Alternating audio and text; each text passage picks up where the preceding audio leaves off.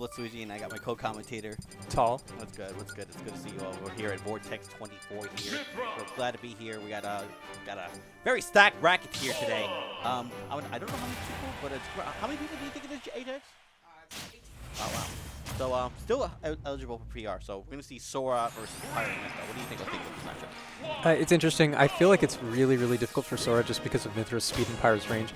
I feel like at no point in neutral does Sora really have the advantage over Aegis, just because whenever he wants to go in, Aegis has an answer, whether it be Pyra or Mythra. So the onus is really on Blank to make openings and make mistakes. Yeah. It's how Clive reacts to those actions by Blank that will determine how this match goes. Definitely, and we're going to definitely also see a lot more defensive play against Blank's case. Opting to play Pyra Mythra for this matchup because he's a very prominent Daisy player, but I think Sword does a pretty good job against much more floatier-based characters, able to just combo off. But in this case, you can tell Blank's definitely going to play a lot more neutral-based in this matchup and try to not get too off-stage. That was a really good up at shield. Doing a really good job of trying to rack out percent. Yeah. Sora's getting hit a lot here, but he's not taking that much percent, and because of that, he actually has a lead over Pyra Mythra right now. But that down tilt up air just barely not going to kill. Doing a really good job getting this escape from the side B. Right now, it's just the weird game, like, oh my god, and he gets forward air and he gets sealed stock. Really good edge guarding sequence. I think that lasted like 15 seconds and did 60%. Blank doing a really good job just walling out Sea-Life right now. It's giving me a lot difficult for Sea-Life to just try to close stock. I think Sora kind of needs to work a little more for the stock. Dude, just gets the down air. Beautiful spike, and he lives too. Blank does a really good job just not showing no fear against Sea-Life. Definitely Sea-Life's going to have some really huge heal decline. Definitely needs to understand what he needs to do right and wrong. Blank is definitely adapting. Yeah, this is really one of Blank's specialties. He does this all the time where he gets to a ridiculously high percent, and then for some reason you find you just cannot kill him no matter what. And the little hits that he gets on you start racking up until all of a sudden you die from a random thing and you're down 3 stocks to 1. But Clive is able to get that up B at around 160% to finish off the first stock. And since it is Sora, really 1-2 hits can lead into a lot of percent, open up the second stock, and open up a potential comeback. I'm surprised that Sea-Life's playing just a lot more aggressive. I think he needs to play a little more, slightly more evasive because he's just getting hit by like the forward air, the down air, and the up smash. He gets nearly just barely. Just barely. Sora's too floaty. I think he's feeling pressured right now because of how large his deficit is, and he feels like he needs to do something in order to win the game. But that up throw. By the way, that is a special Pyra option select that works on certain characters with floaty double jumps, like Mewtwo, Kazuya, Sora, because normally what you would do is just double jump out of it because the up air is not true. But instead, with these characters, you can't double jump out of it because your double jump rises so slowly that you get hit instead. So you have to air dodge if you don't want to get hit, but that opens up you for a frame trap. Wow, that was actually, wow. Oh wow, that was a good back here. Running back, I'm just going to punch that. Yeah. I'm surprised you see King back. Blank always with the fit. Always with the fit. Yeah. He loves to synchronize his hats with his outfit.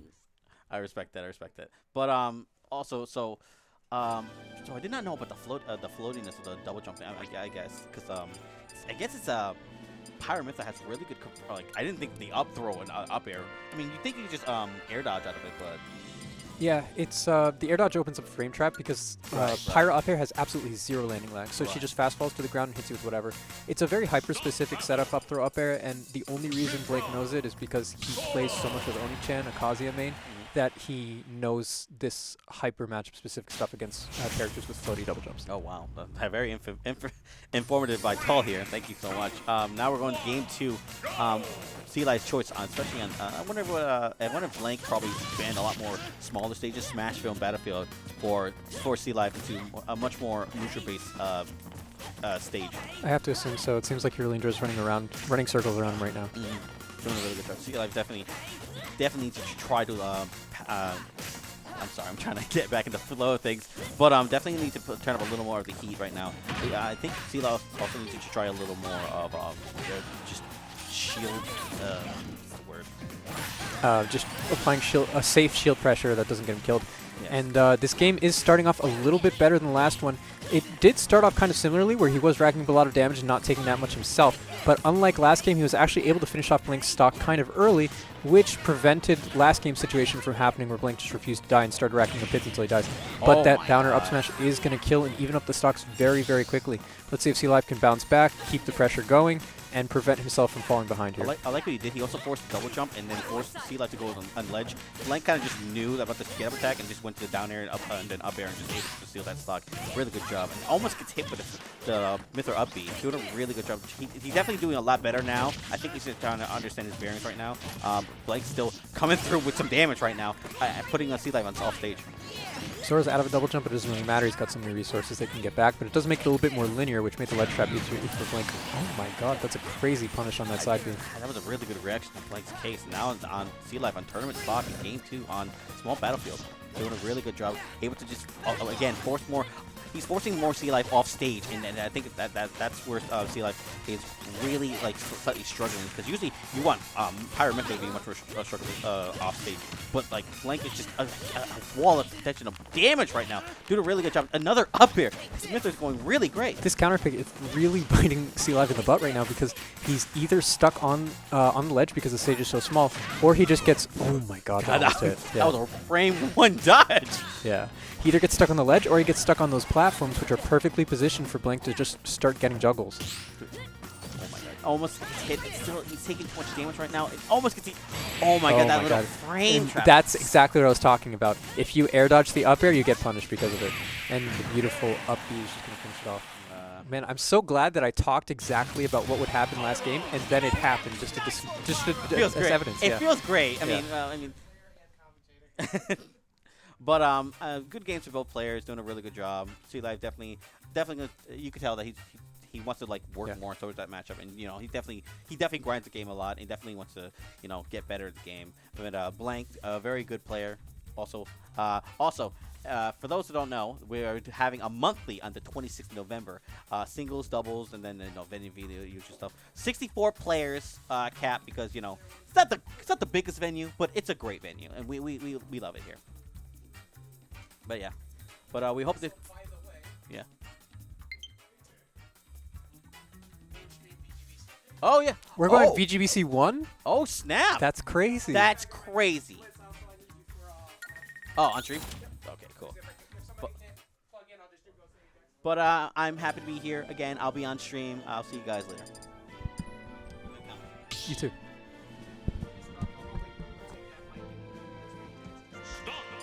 Remember to subscribe to VGBootCamp.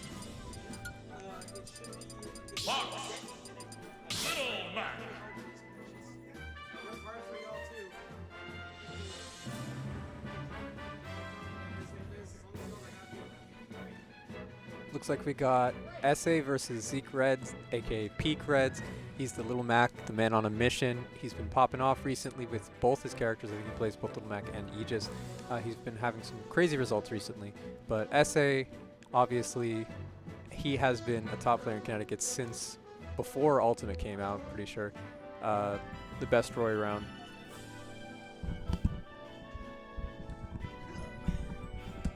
Alright, it's that time where Ajax does the multi thing where he runs the stream, helps TO, and also becomes a ghost, because I'm going to be on the mic. It's Zeke versus SA time, and SA has been playing more Fox of late. I don't know why. Mostly just because he kind of, I don't know, just because he kind of wants to, I guess. He's the kind of guy who would play any character he wanted to in bracket just because he felt like it. That's true, and he can get away with it. That's the crazy part. But here's Roy, is the one we've known for this whole time, of course. But Zeke has been on an absolute tear.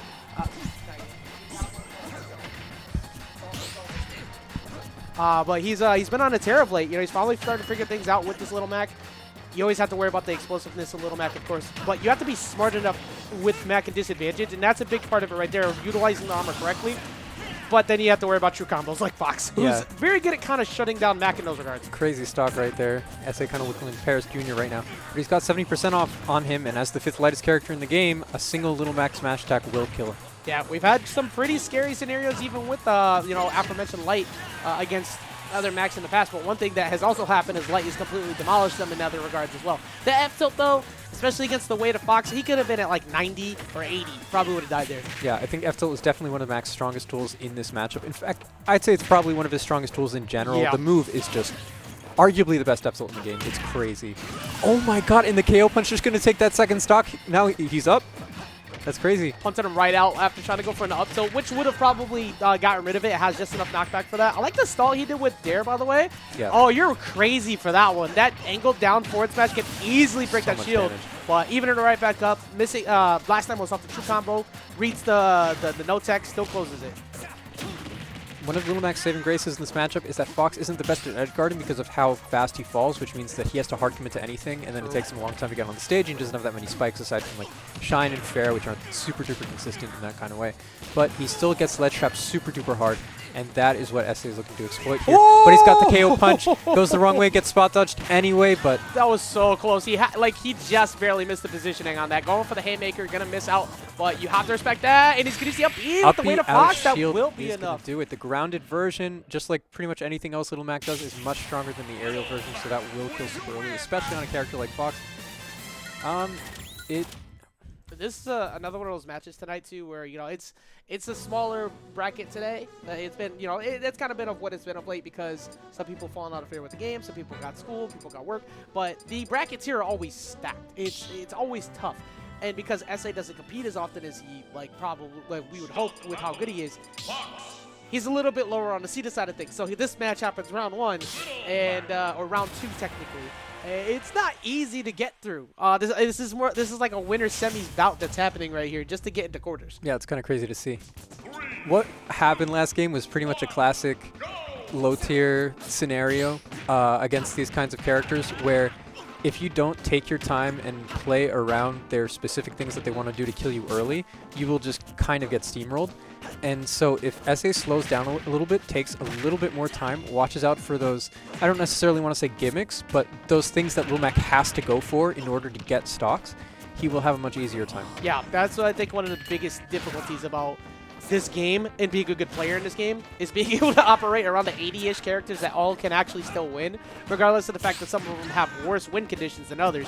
You still have to always be careful about the fact that everybody has some form of quote-unquote cheese. Little Mac in that same category, but because of the weight of Fox, if you are boxing and you are not boxing with them well, with good spacing, you're going to die so early. Yeah, this is definitely a matchup where I would honestly argue for camping Little Mac just because the risk reward of any neutral exchange is so strongly in Little Mac's favor unless your punish game is so on point that you can get 80% or a kill every single time you get a hit. Yeah, big time agree. Like platform camping is, whether it be frustrating or not, it is definitely something that you got to consider in a matchup like this. Unless you're really good at getting those F tilts off and kind of pushing Mac off to the side, which is definitely one of the biggest things I've seen like Light do in the past.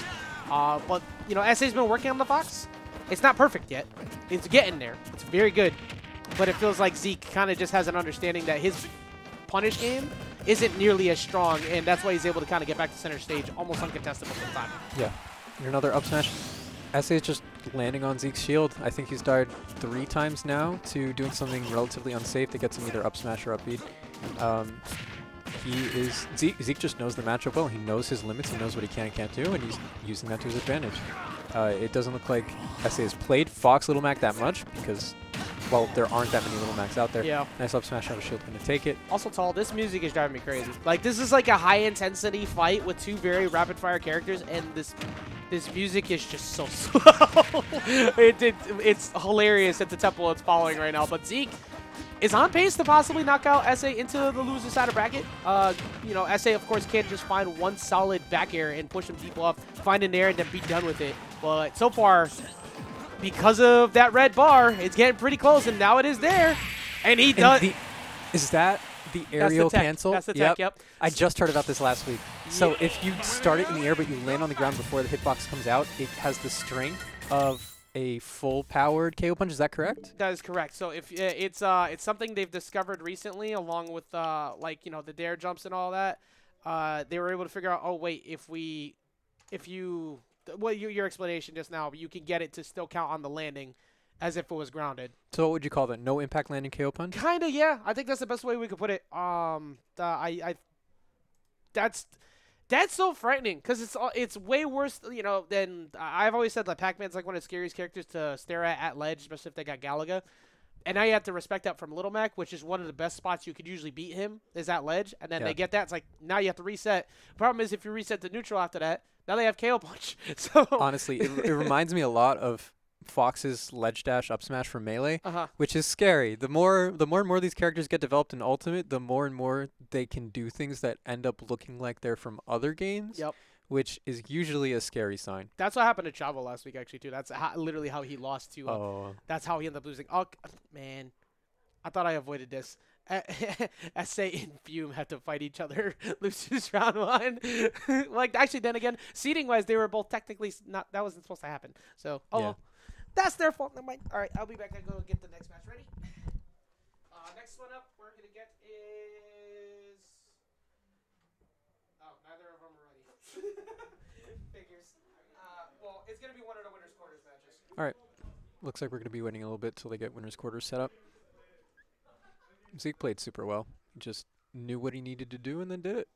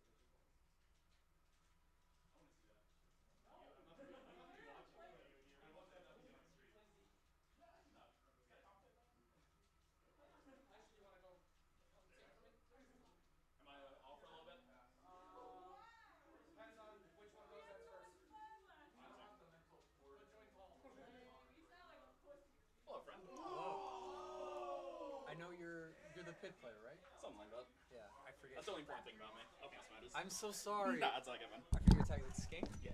Awesome. Okay, so I didn't forget it actually. Proud of you. Where's yours? I think it's you're using his now, and I'm using this one. Gotcha. On mic's on? Yeah, we should be live right now. Mics are on? All right. We got Skink on the comms now. Hello, that is me. We are, I think it's because Ajax is trying to run stream a little bit more, thinking about a few different things, so we're calling matches a little bit slowly, but... Yeah, I think we're waiting for a winner's quarters match right now, so until... I heard there's a possibility it will be Zeke versus Kiwi, which will be fun to commentate. But then he just called, right before I came in, he called Bran and... Blank, which he was like, should I put this on stream? It'll be a very fun one, but it looks like he's coming back, so maybe he's made some decisions. I lied, I need you. Never mind, I'm playing. Ling, finish Bye. first. Bye, Skink. The quick intro to the stream. My bad. No, that's fine. It's not on you. No, my fault. Should have been better. No, I was hoping that it was the other one, so I could give you a minute up there. Yeah, you're on stream. Yep. Ling. P1, P2. Look at ya. Okay. I gotta set up real quick. You still talk to them for a All right, we got Skinkling here, the Pit versus the Peach. Winner's corner. I'm trying to make the schedule go by like kind of quick. Stop battle!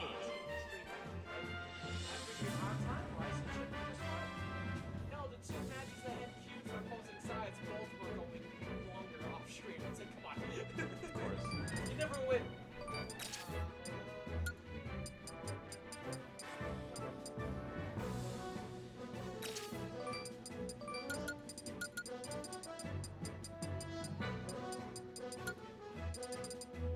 Kazuya.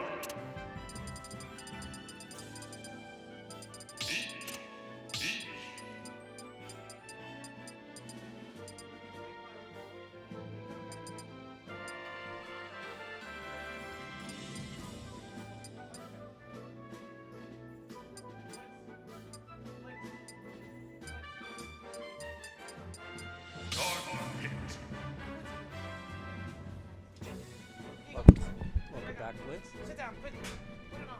Put it on. What's back?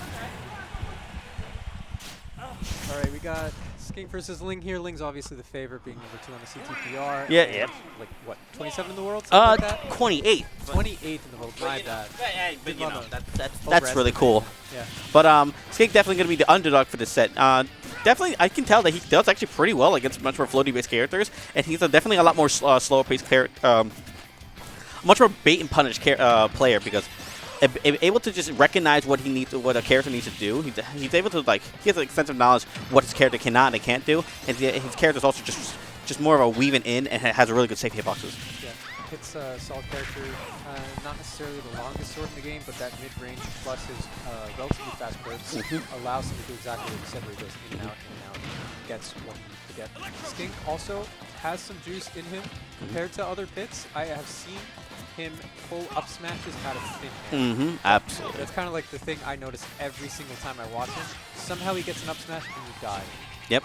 And then speaking of much more defensive players, also Ling is also, again, another defensive player able to just utilize speeches, just more of a getting in and out as what Darkbit can do, but kind of a little much more better and having a lot more value, which you can do. Again, having safe shield pressure and able to just grab and able to have much more better kill confirms and just able to just recognize what he needs to do. And Ling has also just stealing the first stock. Speaking of safe shield pressure, I really like how Skink has been using all of Pit's jumps to his advantage in order to safely hit Ling's shield without getting punished too hard for it. Because what he'll do is he'll fall on it with a downer and then immediately jump up so it doesn't land, and jump up 2 or 3 more times so Ling doesn't actually know when Pit is going to land. And he's able to use that to kind of have a landing mix-up every single time that he hits Ling's shield. That way when he hits his shield in an area and then lands, Ling is not expecting. Just like that, also Ling able to just get a quick 46%. Now at 68, doing a really good job frame trapping Skink, just putting him under pressure, doing a really good job at 91%. Skink really, oh my god, Woodstall really needs to steal the stock, just taking so much heavy damage. Now just able to, that was a nice shield auto a turnaround grab. Able to just steal the stock on Ling, doing a really good job. Now he's definitely pushing much more momentum. Ling is, of course, known as the Peach who has all the Twitter combos and the algorithmic sort of deaths, but it should not be his ability to come out on top of the scrap should not be underestimated. Right now, Skink just slowly. Oh wait, did I interrupt you? Or? No. Now doing a really much more better job, just slowly building much more percent right now of just getting hit a little too much, but 74% is decent. But gets sealed by his second stock. He's actually doing a not too bad of a job right now. I think he's slightly adapting a little more, but Ling's over adapting towards Skink and able to just try to just pressure him, and his kill options. Skink's kill options are slightly limited because Dark Pit's a kind of decent character, but of course Peach is just a little not overtuned, but you know. 94% is kill percent for his smash attacks, and maybe back here at the ledge. 123 with the reflected strong turnip is going to make that a lot easier, though. The F smash is not going to kill off the opposite side of the stage, but 150 is very dangerous for Peach now. F throw will kill here if he was able to get that first. Little conversion? Yeah, Peach just landed slightly before Pit, so she got to grab that first. Good patience by Skink here. If he went in at any point in time before that, he would have died. Yeah, 150%, very high. It's Skink definitely needs to just try to seal the stock right away, and just he's getting hit by all these options. Link doing a really good, not just another one. Yeah. Daisy can kind of do what Pit does with his multiple double jumps with her float, where you just never know when she's going to come down. And he uses that to just continuously get these mix-ups that open things up, and that's how he got that back there. It looked like he was going to stall his float, he gets to fast forward the crowd and jumping back up with the full hot roll to get that stock. So also another thing I've been also seeing, Skink has been trying to, like, I mean, I get like having, you know, a much more floaty-based character, character with wings and multiple jumps. He's trying to go for more off-stage approaches, but Ling is just obviously just either stalls or just smart enough to just get back to stage. I think Skink needs to like play a lot more on like on stage and just maybe try to find an option, because again, it's kind of it's easier said than done to just like, oh, just edge guard the character, but like kind of can't. So I think, in my personal opinion, I think definitely he just, whenever he gets stage control against Ling, I think he just mostly just needs to stay on stage and try to go for the just find a kill option. I agree. Peach is one of the harder characters in the game to edge guard, especially because of the massive control you get off something up B. But also, if you have a sword, any advantage you have when you have corner pressure is just magnified, because the amount of safe options you can put out that potentially kill your opponent without killing yourself are just a lot stronger. Speaking of almost killing your opponent, I think almost got the side B, but of course Ling able to just tech it, press, you know. Did he tech it? I thought he missed it, but made it back. Oh, did he? Oh, maybe. Oh wait, no, he didn't. But like, okay, Peach having a very good horizontal recovery. Like decent I said, hard to edge guard her. Yeah, but you know. Even if you miss the tech, you can make it a lot of fun. Doing a really good, another strong showing. You could tell that Skink is definitely showing a little more of his variance right now. Able to just try to just get as much more damage right now. Doing able to just showing a little less fear right now. Okay. He didn't extend it, but that Ling was just smart enough to just. I didn't know you could just shield away against a multi jump like that. I think he rolled perfectly in between, because when you stop a rapid jab to do the finisher, there's a point of time where there's no hit coming out. He just rolled in that time. Did not. Oh, did that's not a know. stitch. Oh, that is classic stitch. I wonder if he's gonna reflect it. That'd be really hype. I think he's trying to bait it out so he can get a grab. Oh, yeah, there we go. Oh my God, I didn't expect that. That's a classic thing against things with reflectors when you have a projectile that can easily get launched. Yeah. Like I think about it a lot with Zelda's Phantom. If you have a very obvious projectile in front of someone and they have a counter, they're gonna think to use it as their first thing. So you just do something that makes them want to use it, and then you grab them. Oh my God, that was a risky. that was an option. He said, "I'm just gonna go for it at this point." I'm like, it worked out very well. He knew exactly what was gonna happen. Showing a little more risk than can go a long way. Yeah. But having just a nice. Oh my God, that was almost a nice game 2 right now. Doing a pretty good job. Skink definitely showing his stuff right now. Yeah, keeping it even. Okay. He's slowly staying on the edge, like what he's doing, and that's gonna like play out. Not too bad of a deficit right now. Able to just and just dragging on %, which is really good. He's doing really nice aerials with his multi-hits where he starts them high up and then fast falls into Peach so that he can jump over the ground, the options that would cover the ground, and then land on him with the aerials. It's a very good spot roll away to get the punish. It's like you think you're minus, but it's just you're just plus against Ling's options. You're just plus in general. Peach Bomber in general is also very hard to punish because it's essentially positive on shield. Yeah. Because and then the roll with the distance of her box being carried backwards. Yeah, you know. Even if you parry it, sometimes you can't punish it. It's a very deceptive move. I also noticed that in Skink's case, whenever it's in low %, I think he just needs to stop approaching around like in front of Ling like that, because this is what Ling wants. It's like, oh, and then now he's like, oh, look, you're at higher %. Now you're at a kill %. All right, I'm just gonna do that. I think. Because the low % it matters so much, because against like a combo-based character, it's gonna take you to like 200 feet to a whole mile. That's what Ling's practically doing. And now able to get the stock, able to get the edge guard. Ling at the second game of the stock. I worded that wrong, didn't I? Probably. Maybe. Skink, this is very winnable for him, honestly. I've seen him come back from stocks exactly like this. What he does, he just starts racking combos, uses his range to get a lot of %, and then oh my God, that was nice. It flies up a little bit when he reflects something to side B. Ling knew this because, of course, he knows the Dark Pit matchup and just had a forward air ready to kill him off the side. Very good showing for both players. Skink definitely going to be grinding maybe a little more in that matchup, but doing it, I can tell that doing a really good job. Yeah, Able to shows that he's got the stuff. come through at Vortex 24. Oh, speaking of Vortex 24, or Vortex in general, we have a monthly. Oh, and VGBC, yes, again. So for those who don't know, we're going to have Go to Xanadu. Xanadu, that too. Like, follow, and subscribe. Yay! Yes, sir. Yes, sir. And we do appreciate that here, VGBC. And we're going to have a monthly here. Also, don't forget to subscribe to our emotes. We have awesome emotes. They're really cool, $5 a month. But yes, we have a monthly here, like Smash Ultimate Tournament Legacy 26. Or I'm wording this wrong. Yeah, Legacy Vortex November 26th, and on a Saturday we have singles, doubles, and we're gonna have 64 entrants. We're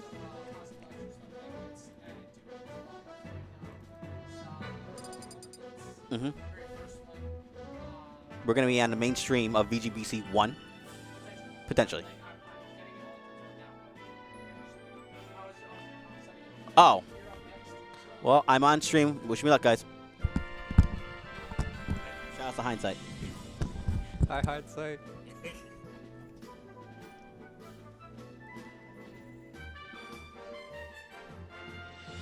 Hey, your commentary was great, Blitz.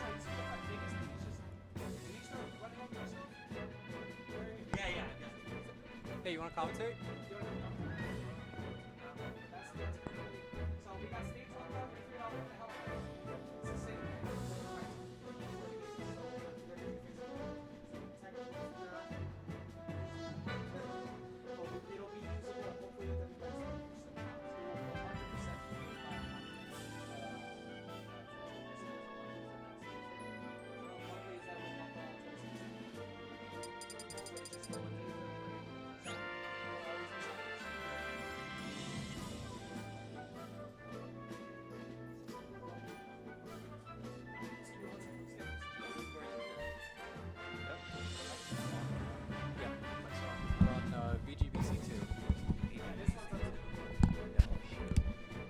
BlitzLuigy with a signature pillow against Hindsight. Oh boy. Do you think Blitz changes out pillowcases every local? Oh, he's got a special. Okay. Yeah, I remember that seeing it last time. Stop battle, Mega Man!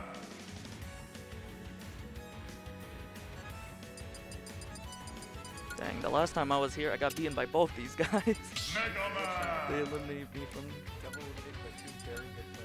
Yep. A resident Mega Man along with Pyra, and then we have Hindsight, everyone's favorite Swordfighter. You might make the mistake of assuming Hindsight is able to do what he does because no one knows how to play Swordfighter, which is technically true.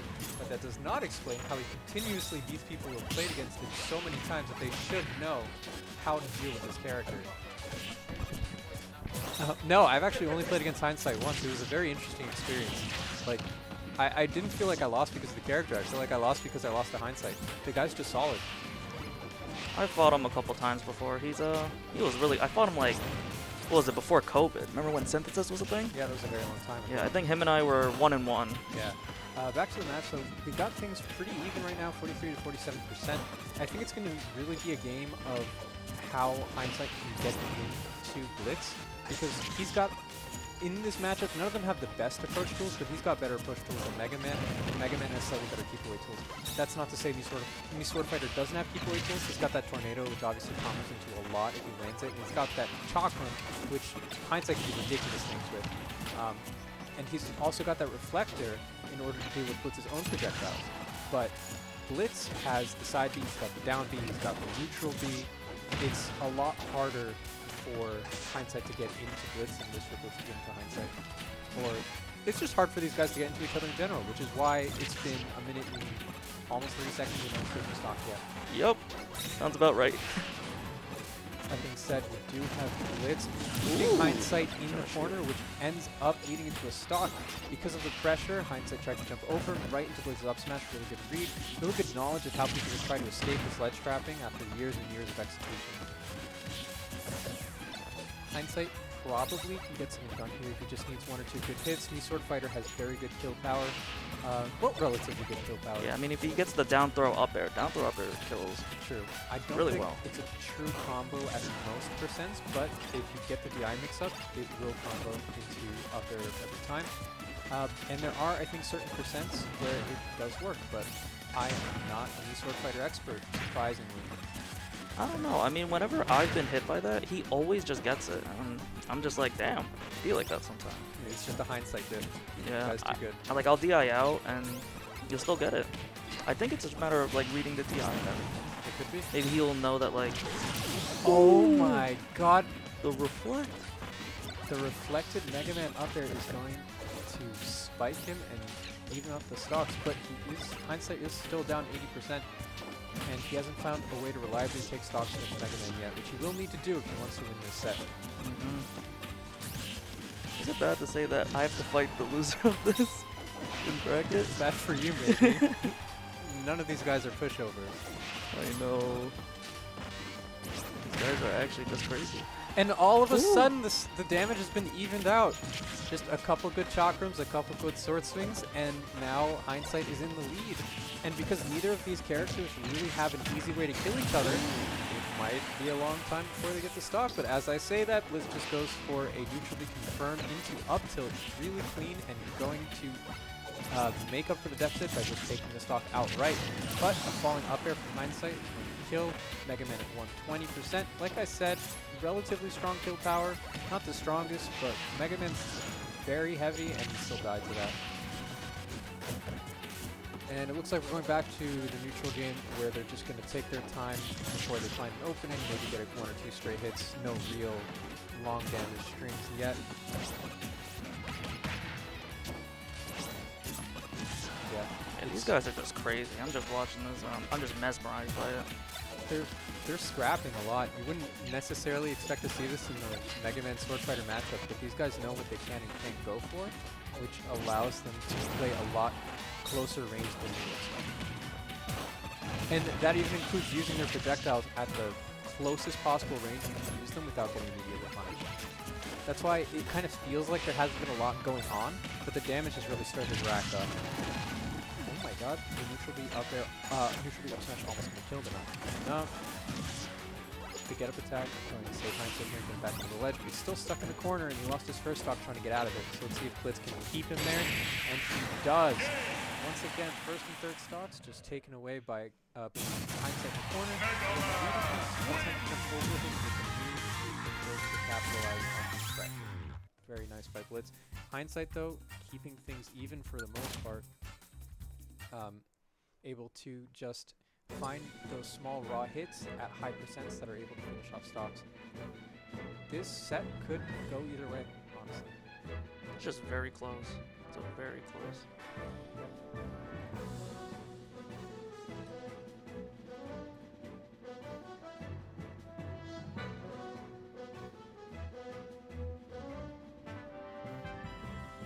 I honestly don't know where I'd counterpick to if I were Hindsight. I don't know. Small battlefield, you think? Okay. Start the battle! Mega Man! What does he have on FD?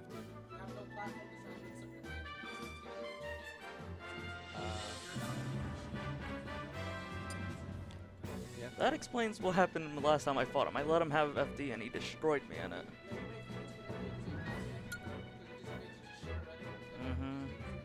Yep. Yeah, those tornadoes are just a slow moving wall of death. You don't have platforms to get out of it, it makes sense. You just all of a sudden are dealing with a boss battle. 3, 2, 1, go!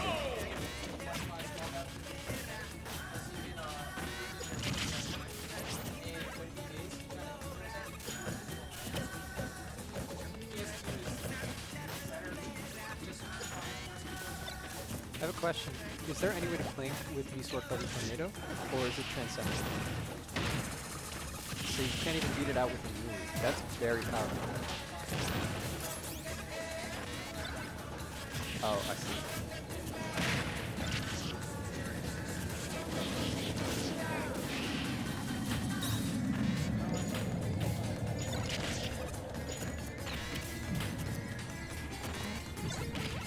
So from what I understand here, the tornado essentially makes it so that you never ever get stage control because you can just press that neutral B button and then create all the space you need.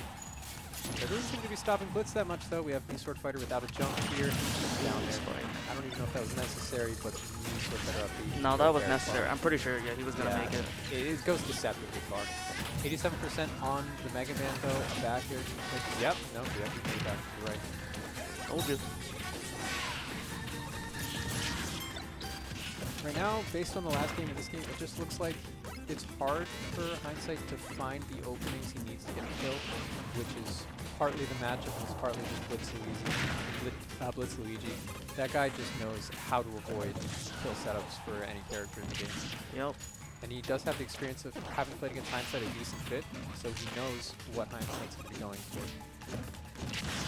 The back there, not going to do it just yet. Unfortunately, not close enough to the ledge to get the kill.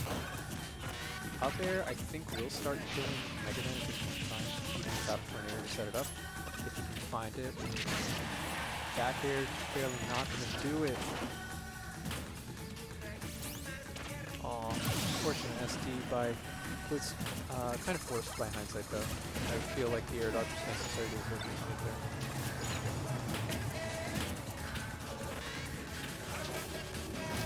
Blitz kind of content to sit there with the side beat so he can find populated by pressure that only has his shield with his down beat. And then he has managed to get Hindsight back onto the ledge once again, keeping him in the corner, and this is where he has made all of his money to set so far. So it's a good look for Blitz if Hindsight's in the corner against him.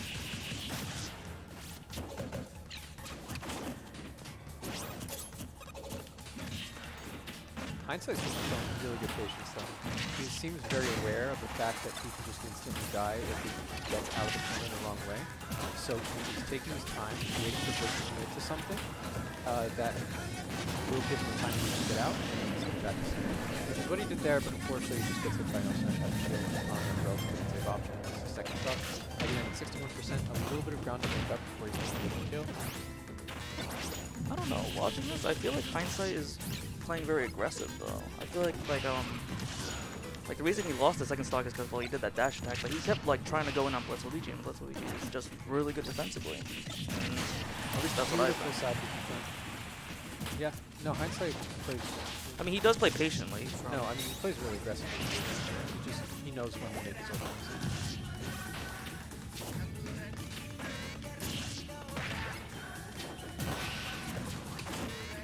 That tornado is going to give him the needs to reach the ledge.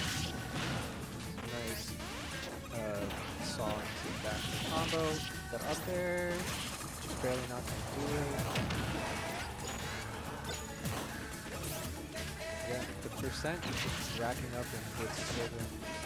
Good discipline holding shield there by Hindsight. He'll stay alive. All these projectiles going on in the map is just making me go crazy.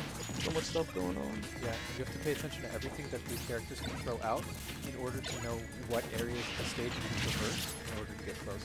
Otherwise, you're just dying. That was a really good recovery sequence by Hindsight. The air dodge down got him out of the way of Mega Man's boxes, and he knew he had the amount of distance on his up being necessary to go back. And he's also been using that up really effectively to get back to stage from the ledge. It looks like it's relatively hard to punish on the field, so that quarter is going to do it. That was a really good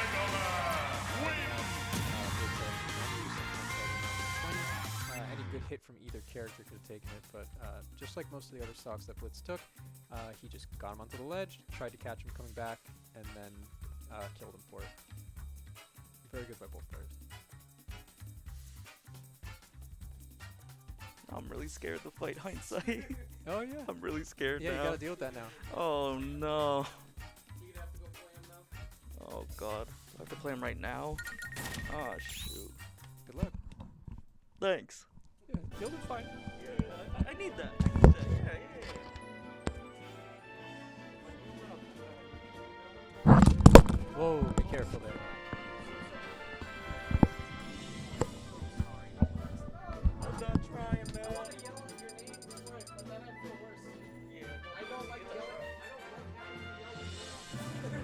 Who do we have Ling playing against?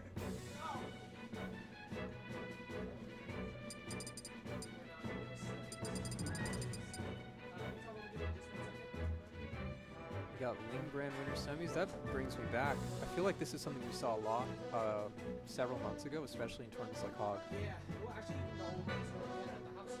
True. We used to have them All the time.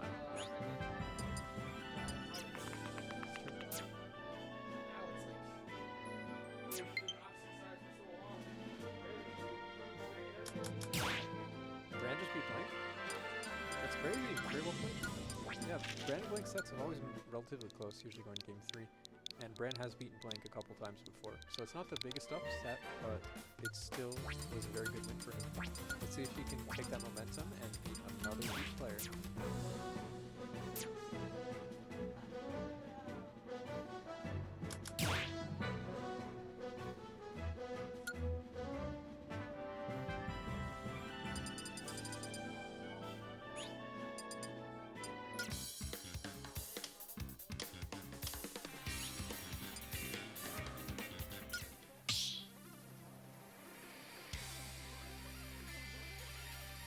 Start battle.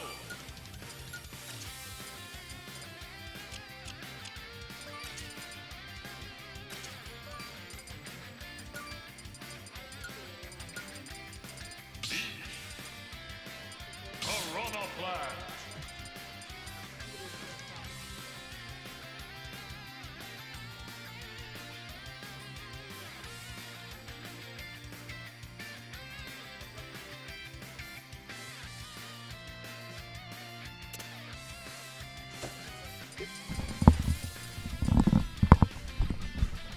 Alright, it's gotta be me. I am hopping back on. Hello, everybody. It's Ling versus Bran. Like we said, Bran was interesting to have to see today because, you know, carpools in a smaller bracket make things harder, especially when you're all good. So, trying to line Bran up properly was tough. But even with that, you know, Bran went through, let's see, Bran went through Snow and May, 2-1, which is abysmal matchup for Snow's the ninja, right? no, Snow is the Min.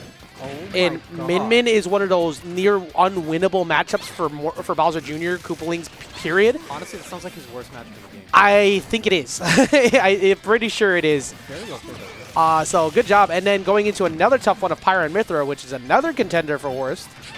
And he won 2-1 again. So he's been looking really good when he's on hot spurts. And when every time he's fought against Ling, it's always been close, but he hasn't been able to really like close it. He's on one of those nights again, Tall, where maybe tonight's the night. It's looking pretty hot right now, but unfortunately, Peach is not the easiest character in the game to kill. In fact, I'd say she's one of the hardest. So let's see if Bran has what it takes to finish off these stocks without taking too much damage himself. I just looked at the bracket, and Zeke beat Snow and May 2-0. That's Little Mac versus Min. And that's crazy. That sounds crazier than the Bowser Jr. Oh my God! Whoa! so Snow and May's been basically untouchable the past couple weeks, but right now, you know, Bran putting a crack in that armor, and Bran is a very small lead here, but of course that is not a one that holds very long. But against Ling, yeah, getting caught slipping. Yeah, one good thing in this matchup is that Bowser Jr.'s forward air and back air and Nair are all very long-range compared to Peach, and they are out for a while, which means that if you do a short hop aerial like he's doing right now, it's perfectly set up to cover relatively low float. Yeah, that's why Ling almost always has a turn up to back up his approach in this matchup because, you know, Morton has a really good anti-float kit like you were just alluding to. But with turnip, most of your stuff you're doing as Morton is pretty committal. But if you float directly above the ledge, try to mix up your landing or something like that, that fair lasts so long, that's going to cover air dodge almost every time. Unfortunately, Bowser Jr. is relatively slow, which means that Ling can pretty much always have a turnip whenever he wants. And that makes this match a lot more bearable. That jab not going to kill the strongest rapid jab in the game, but it still doesn't really KO until around 90%. I will say, though, you know, even after that first stock, Bran once again holding the lead. Like, he was able to close out the last one first, and he's building the damage back up again here. Yeah. Who is it? Yeah, Concept of Death in chat saying, I don't understand why Bran decides at random times to just be top 3. It's so accurate, because Bran has some consistency issues sometimes. And other times he has plays like this where he goes deep off stage, just barely missing the edge guard, but he's going off Tall. Oh, unfortunately, barely missed that last match. And he's got Peach at 122% again. It's the exact same situation last stock. He's got to find a way to take this stock before he gets it taken himself. generally in a situation like this, if you aren't too confident in finding a kill before they kill you, when you have a percentage advantage like this, it may be wise to just take your time, slow down, and try to make your opponent confused. I know there's still 4 minutes left on the clock, but players do think about the time. They do put it into consideration, and it can make people approach you when you're not approaching them if you have a lead. But unfortunately, Bran SDs once again, not SDing again, but he has once again ended up in a situation where he had a percent lead and died first. Yeah, to see if he can keep building on it or not. You know, he's had the leads before. Ling was able to get that first one, like you said, off the second one off that mistake. But can he find a way to get himself back in? Are you saying Tall's mic is a little too low? I'm going to raise Tall's mic myself on my side, so it'll probably help out. I'm raising you up pretty high, just so you know. Gotcha. Yeah, there. So loud, I'm loud. Yeah, it's just as I said, just be aware. You're going to be pretty loud. Okay. Let me know if that helped at all. Right now, Bran starting to, well, actually, no, not after that. Down throw bear will easily get the lead for Ling. Yeah, but they're pretty even again.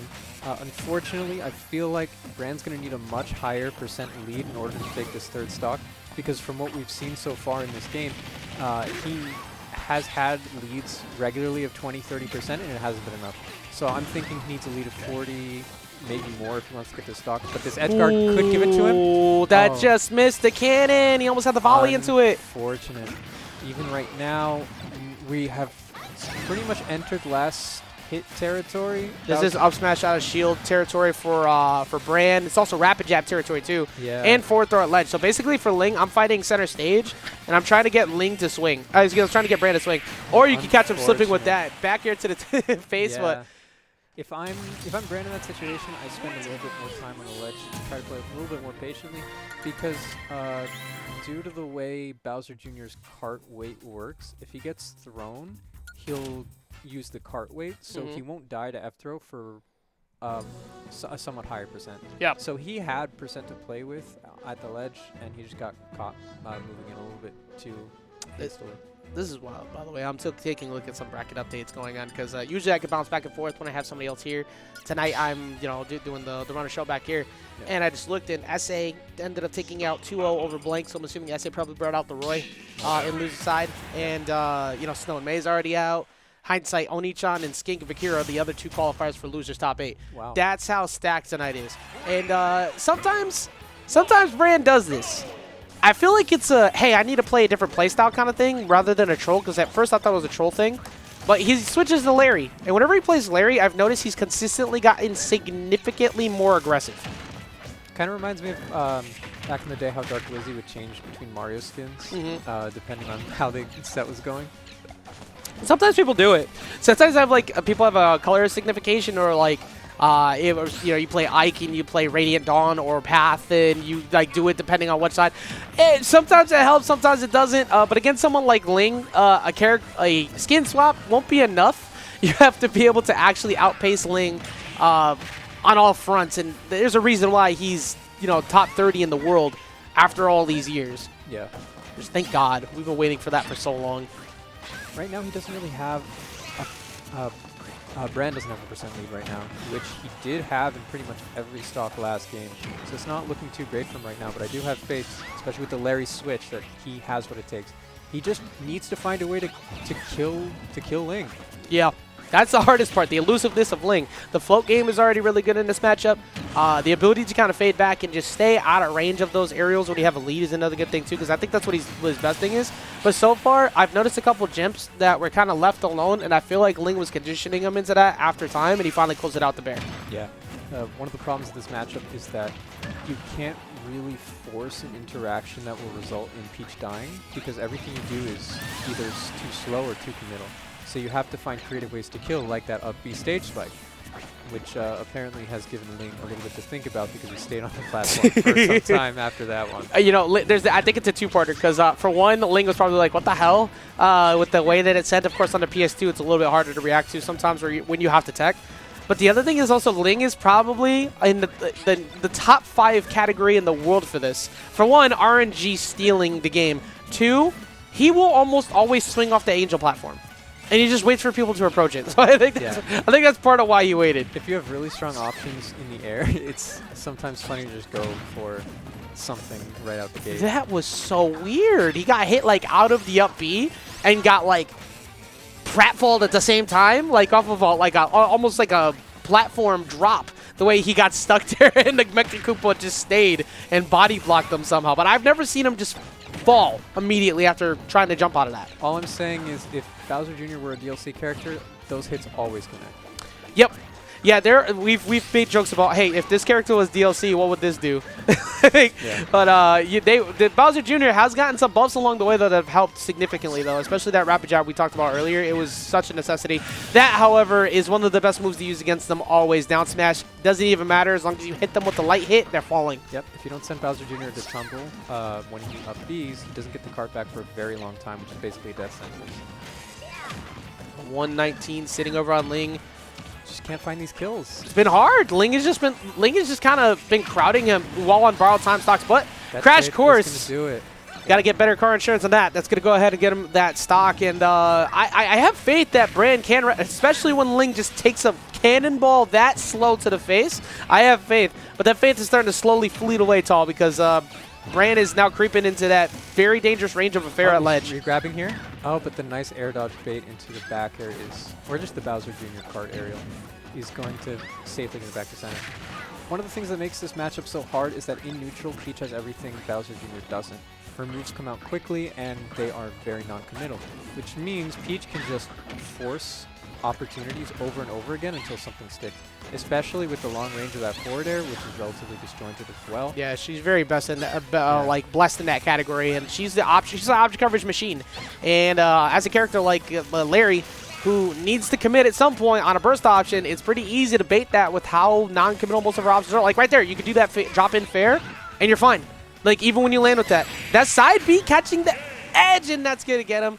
I didn't realize how blurry this camera looks today, but that's going to go ahead and take him out, and that's going to give Ling a 2-0 and a trip into the winners finals. Who's on the other side of the semis? That is the next matchup coming, which is Kiwi and BlitzLuigy. Oh, wow. That's also a classic. That is another classic. It's been a little while. That's the carpool that comes down here, too. Yeah. So I'm definitely looking forward to that one. We'll be getting that situated here in a second. I'm not going to put the ad up for this time because I already...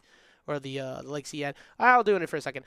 Sign up for Legacy. It's our first monthly happening at the end of the month, November 26th. Singles, $10. Doubles, $5 per. 6,400 cap. It is our very first monthly here at Vortex, and there will be some special surprises coming in very soon. I hope to share that with everybody as well. But I'm looking forward to it 100%. It's pretty much it. It's not really much else to add yet. I can't reveal it yet, but I'm super excited, so please make sure you check it out. The Elgato video sound? Oh, there it is. Okay, I was going to say, what the hell happened to the Elgato? But next up, it's going to be Kiwi versus Ling. I'm just going to go let them know. Do not start just yet. This one's going to be fun, though. I know a lot of people, when they look at it on paper... Pac-Man. Pac-Man Mega Man. It's going to be so boring. Yeah, and these two scrap. They run at each other like madmen, like lunatics. Yeah, it's actually hilarious, because Kiwi used to be a really passive player. She didn't really... Like, I mean, with Pac-Man, you had to, because your grab literally wasn't a move. Yeah. So you kind of had no choice. But now, like, Pac-Man has some of the best, if not, he's top 5 out of shield in this game, like free. Nair is balanced. Yeah, fair is balanced too. Yeah, yeah. Yeah, but down air, super. And then when you do all that, you get fair into a mistech, and now you have to guess: am I dying to F smash at now or on the next one? Yeah. Well, you're dying anyways. That's a DLC. Very true. I don't think he was 5, but I don't know.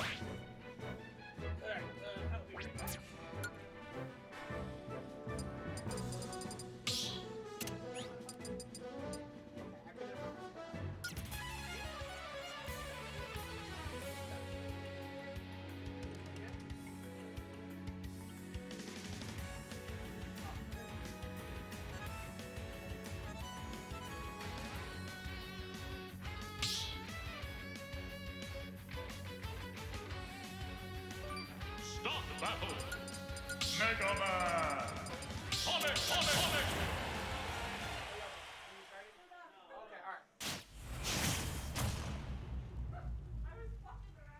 Three, two, one, go. Yeah, I don't think we're gonna get the Sonic.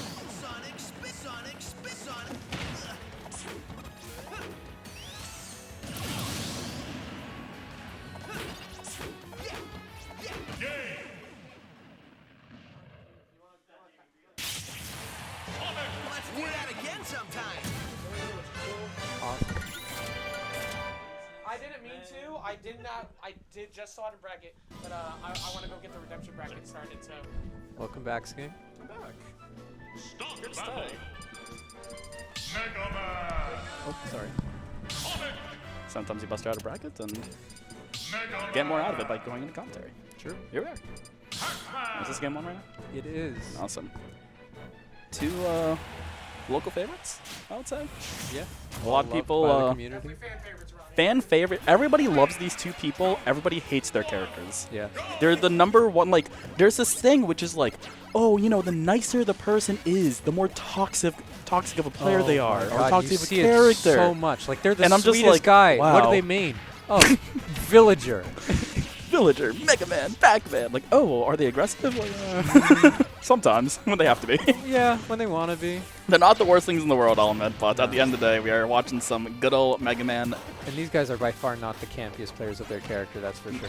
True, so it could be worse, but it's Yeah. kind of fun to complain anyways. It really is. It makes you feel better about yourself for sure after losing.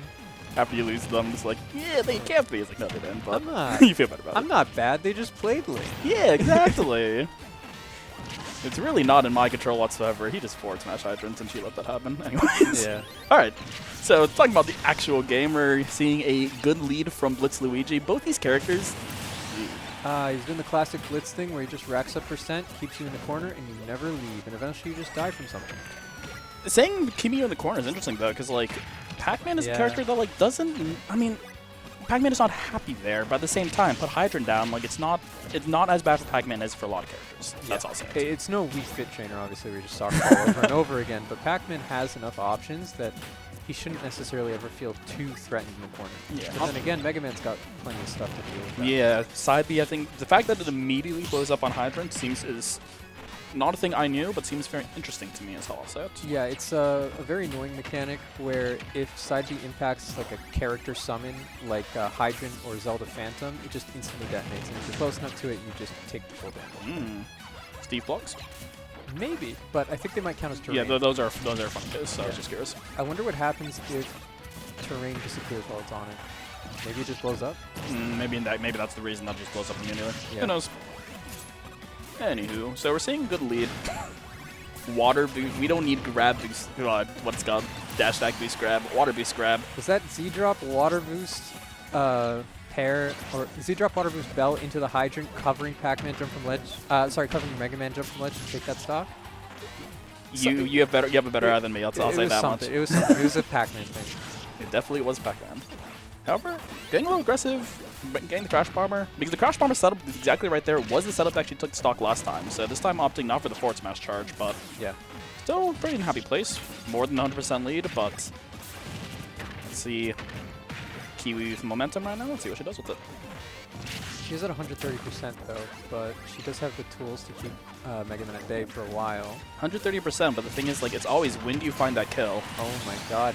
The Hydrant Hydrant, once being again. used against Betrayal. Pac-Man. Yeah. It looks like Pac-Man has so many good options to beat it. The forward smash from so far away, the fact that it looks like he can immediately prime it with a Crash Bomber. So I saw a Metal Blade into Crash Bomber break it earlier. That right there. Yeah, the multi-hit just did, I guess, 11%. Broke the Hydrant instantly, sent it to the right angle to hit. So now we're saying, like, completely lapped. Yeah.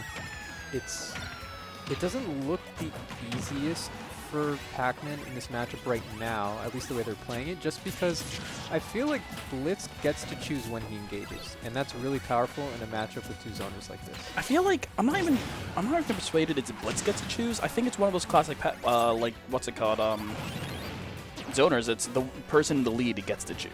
That is because also he's in the true. lead, it's working for him right now. Yeah. Because I'm also thinking, like, if it really was that bad, it's not like Kiwi doesn't have another character that she's pretty confident in. It's true. Sure, it's sometimes a bit of a joke between a few people, but like, it is a competent Sonic. And for all we know, it could be a completely different story if Kiwi had taken the first stock. Maybe we just see some turtling with the Hydrant and fruits, and all of a sudden Mega Man is having trouble coming in. Exactly.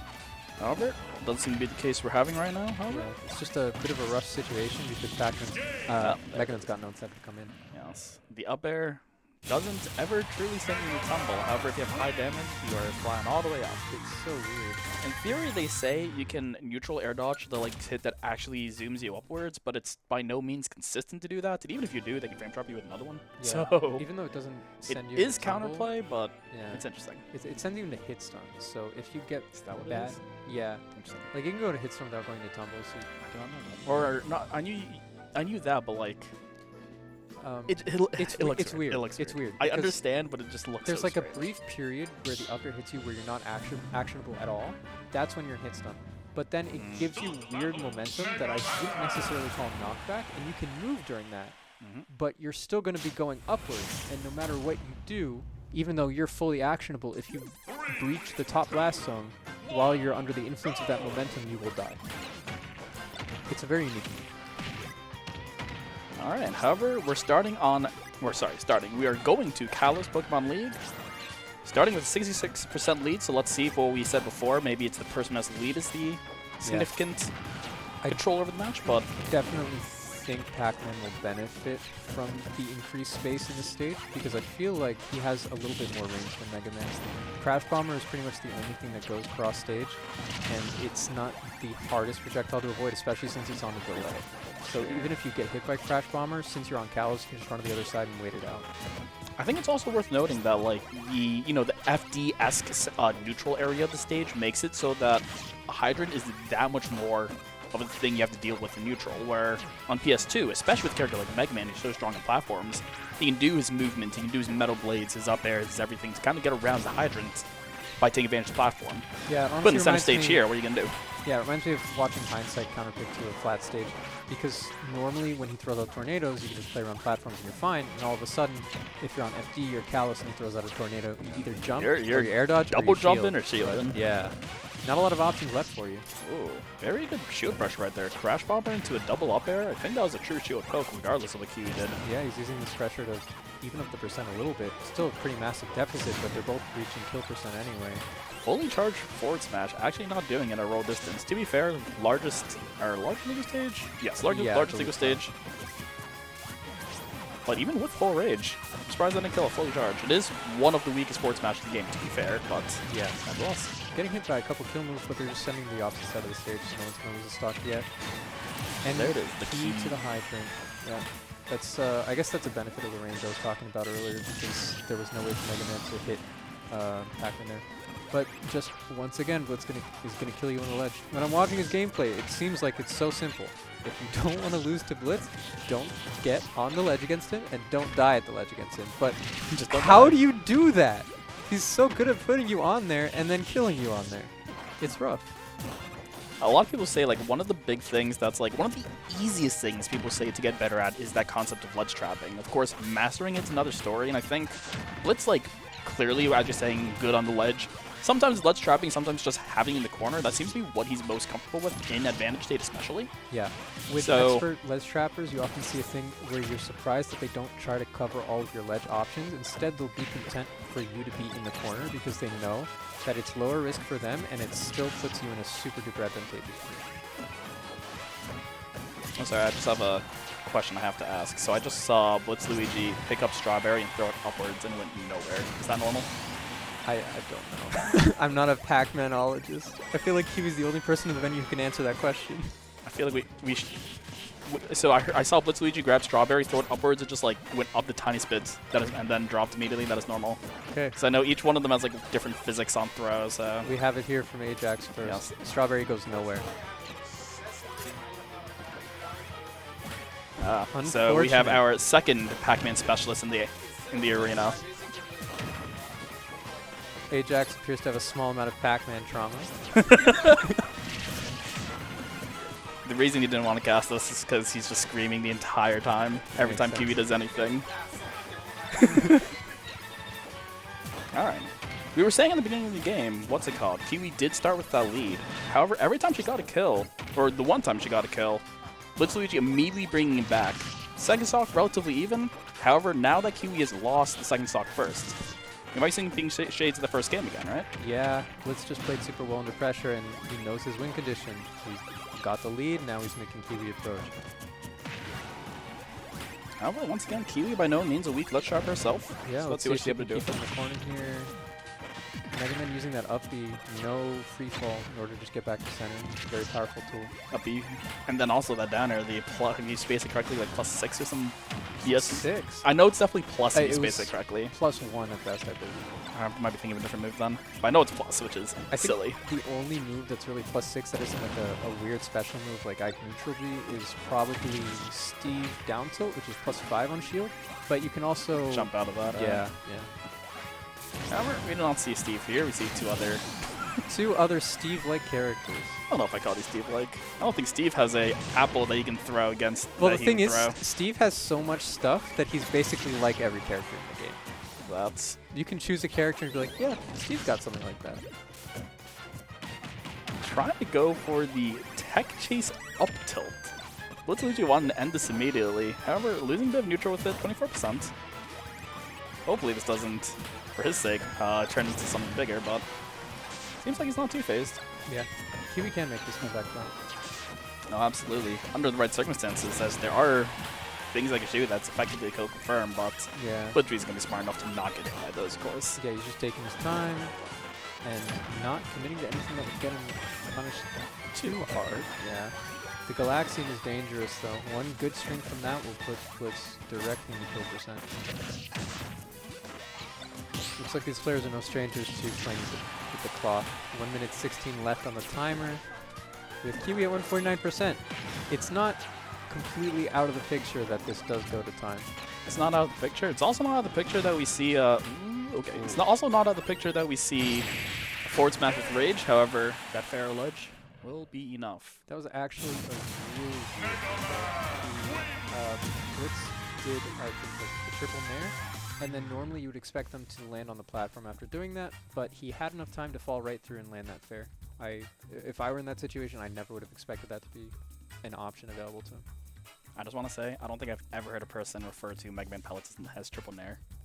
I don't have a lot of experience with Mega Man. You're not wrong. I understood what you meant completely. So, Yeah. like, power to you. But Sorry, I'll call them lemons. no, do what you want to do. I support it. However, we're gonna be seeing. So, Vortex Legends local we've been having for a while now. However, we're having our first monthly. Hopefully, going to be a series starting with Legacy. First one will be Saturday, November 26th. All of your prices, particularly worth noting, 64 person entrant cap. So make sure to pre-register, get your spots while you can. We're hoping to see a big turnout. That was the second semifinal, so I think it's Ling BlitzLuigy right now as the winners finals. I'll immediately bring Blitz back in. I wonder what we'll see next. They might go to losers. Potentially. Yeah. I hear him being called though.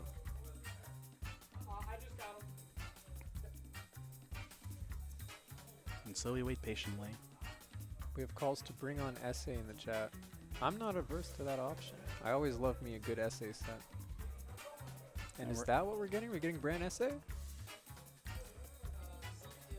We're getting Zeke Bran.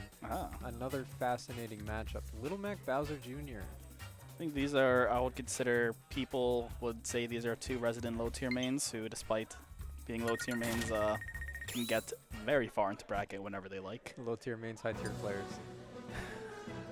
It's a good way to put it. Low tier mains, high tier players. Yeah, Hey, the two places I'm from. Yoda Cage. It hurts. Best Philadelphia player, It Bowser hurts Jr. main, so right? much. Yep. Yoda Cage and Slushy and Terrorboy. Who do they play? 3 PR level Bowser Jr. They're all Bowser Jr.? And don't worry, I'm from other parts of Pennsylvania where you have also, let's see, Meeb and there's another one. Matt used to play Bowser Jr., but he dropped him. They better not all be Bowser Jr. I'm only naming Bowser Jr.'s I right now. am never, ever going to a local in Pennsylvania. That sounds awful. You're a smart man.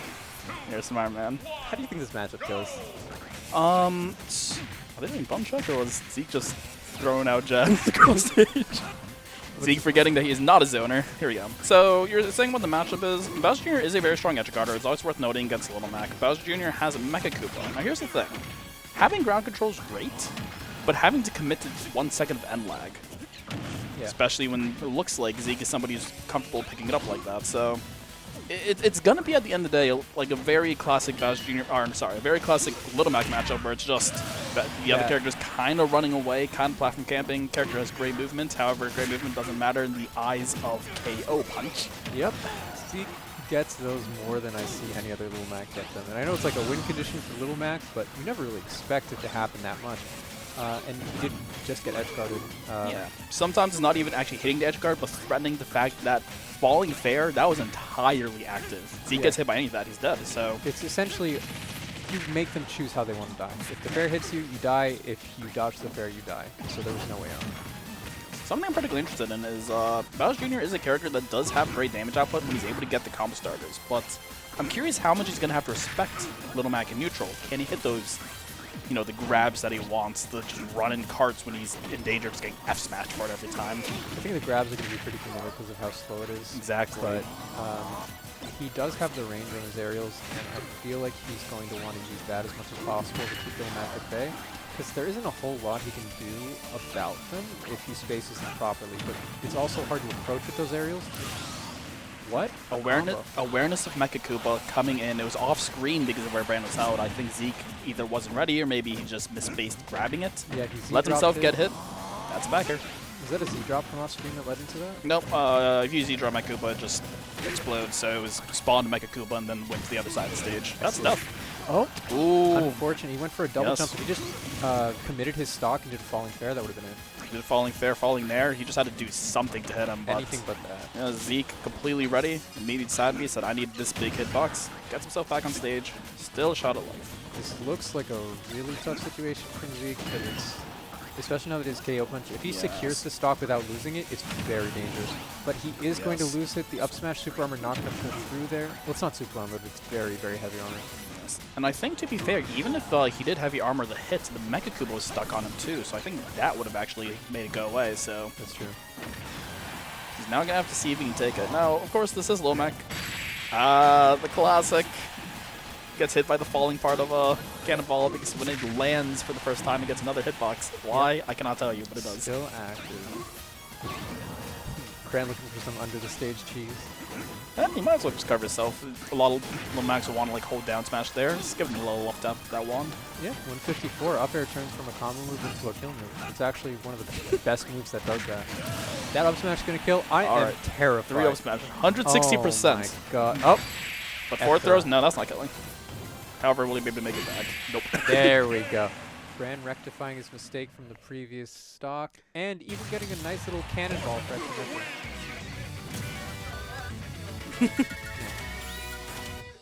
The legendary kill combo throw. Alright. So, I mean, as I promised, it's not that terrible for Little Mac in neutral, but the thing is, that being game off stage. That game was last stock, last stage, legitimately. Being off stage against Bowser Jr., who has 3 active aerials that all send outwards, is very rough. Especially on a character that can kind of be out there for a very long time between his side B, double jump, and a little bit of stall with his neutral B. Yeah, I know. While also putting projectile out. Little Mac's down air trick is nice, but it can only take you so far, especially in this matchup. Looks like we're opting for a little bit more space horizontally. A little bit smaller blast zones, since if we're expecting somebody to get an early kill, of course it's going to be the Little Mac. Yeah. Because edge guarding, that's going to happen everywhere anyway, so. Yeah, and on stage, Bowser Jr. doesn't really kill off the side that much. It's usually only aerials that end up doing it, but that's when Little Mac is so high percent that he does for anything anyway. It is worth knowing though, a lot of Bowser Jr.'s do like the stage because of the, what's it called, platform extensions that he gets off it, but to some degree, this Little Mac, you really care for platform extensions? Yeah. That was incredible. I was thinking, did Zeke try to forward smash shield in order to break it with the Mecha Koopa explosion? I think he did. What a guy. That's going to be, not hitting the back air, but he's able to get that. He still has KO punch. Oh, but there we go. There's the edge guard coming in. It looks like Bran has adapted and has understood that he's just got to shoot his shot anytime Little Mac is off stage. If he messes up the counter, then he's dead. Remember, that is worth noting. We haven't seen a counter off stage yet, have we? Yeah. That is usually the answer to a person coming out with a hitbox. I don't think he's just gotten the right position to use it yet. Of course. He was so low that if he counters there, he goes under the stage and starts to come back. Fair enough. He goes for, was that downward angle F smash? Because he didn't go anywhere. Yep. Put him at 88%. Gets the back throw, gives him KO punch, turnaround jabs a few times. All right, let's see the ledge trap. Jumping in order to cover an option. Up, there we go. We're ready for the spot dodge. Back to 2 Talk stocks about apiece. patience. Talk about patience. Yeah, I feel like you need to be very patient when you play Little Mac because a lot of times things just aren't up to you. That was a beautiful recovery.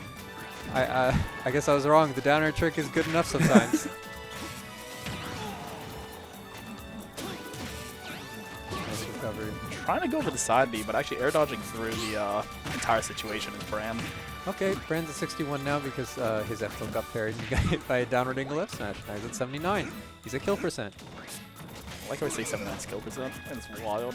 Yeah. I really don't think that's like a true kill percent in this matchup quite yet. Remember that Bowser Jr. when he's not getting hit in the head is actually pretty heavy. That is true. So like an F smash a ledge, sure, but like Yeah. pretty much nothing else is gonna kill quite yet. Maybe an up smash, but yeah. So an Alright, up smash. you got me, you got me. An up smash would do it. I thought maybe the high ceiling. No, I don't it's know, got man. fire.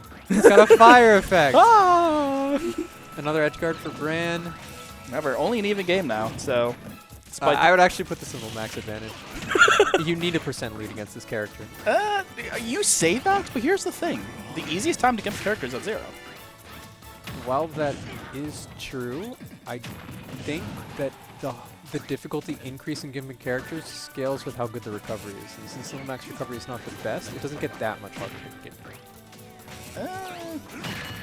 I think it's a. Oh my god, what is going on? He almost died from the dash attack because he was holding out. Holding out, didn't want to be in that situation. All right. KO punch is Another here. up smash. A lot of That's up smash tilt, attacks okay. will also. No, that's not smash. A lot of KO punch. Oh, F tilt. trying to grab. The dash cancel covered so much Yeah. ground. He wanted to grab the Mecha Koopa. If he successfully grabbed it, he would have had time to shield there. But missing it, gets the double jab, a little bit too much on lag. We're able to get game 2 in Zeke's favor. The Town and City pick ended up working out really well. Why do you think that is? So one thing is, there were. Let's think about this. So the way that Little Mac tends to die is edge guarding. It doesn't matter for the stage. So the question is, how can Little Mac make his kills earlier? I'm surprised that Town kind of worked because the one like early-ish kill was the up smash off the top, which is Maybe it's, not what you want on it's Town. because up smash is so strong that it doesn't matter how high the ceiling is. Honestly, something worth noting. It also could have hit the head. Yeah. I don't know. Like it's possible. I really don't want to say that should have killed, but if it hit the head, yeah, that the juke is gone. I do know that as Zelda, I like to choose stages with very large blast zones because if I kill someone with a lightning kick, It doesn't matter. it does not matter. It does not matter with lightning kick.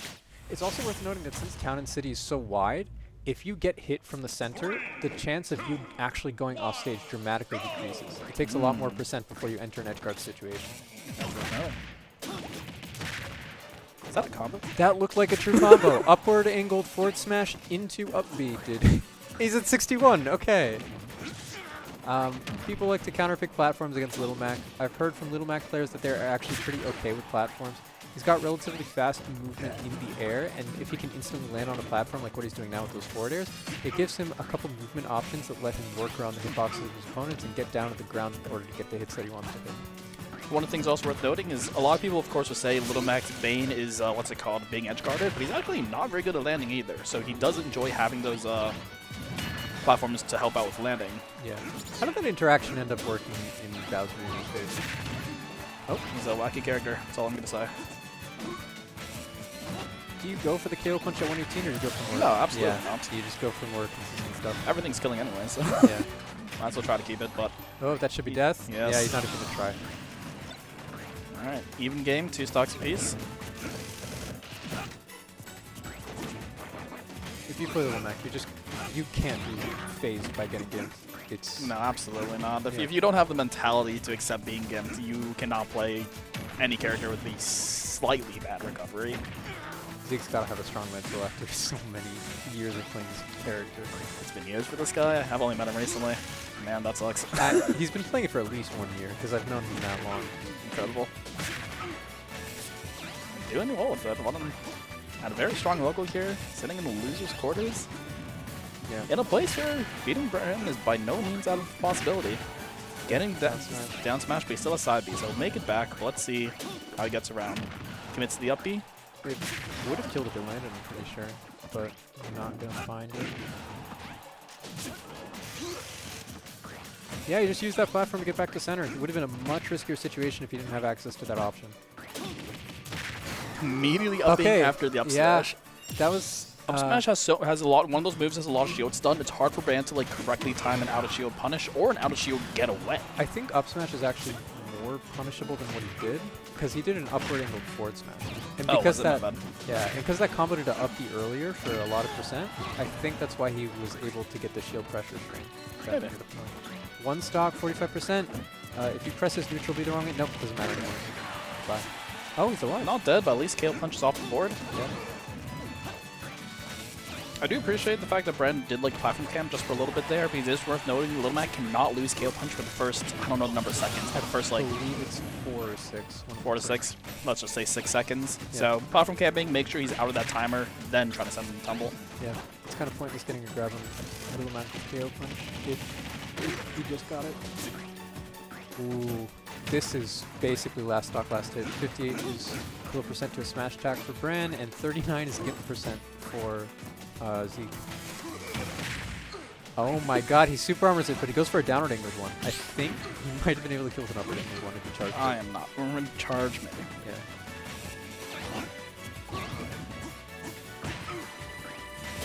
I think he maybe could have gotten up B off of that down tilt to ledge, but he just wasn't expecting it to actually connect. It's a scary thing to do at ledge, though, because that's how you set up that edge guard situation. That's the thing to avoid for him right now. That definitely would have been betting the game if he went for that, confirmed. But we do have Bowser Jr. 131. He ups the on the platform. Low kill.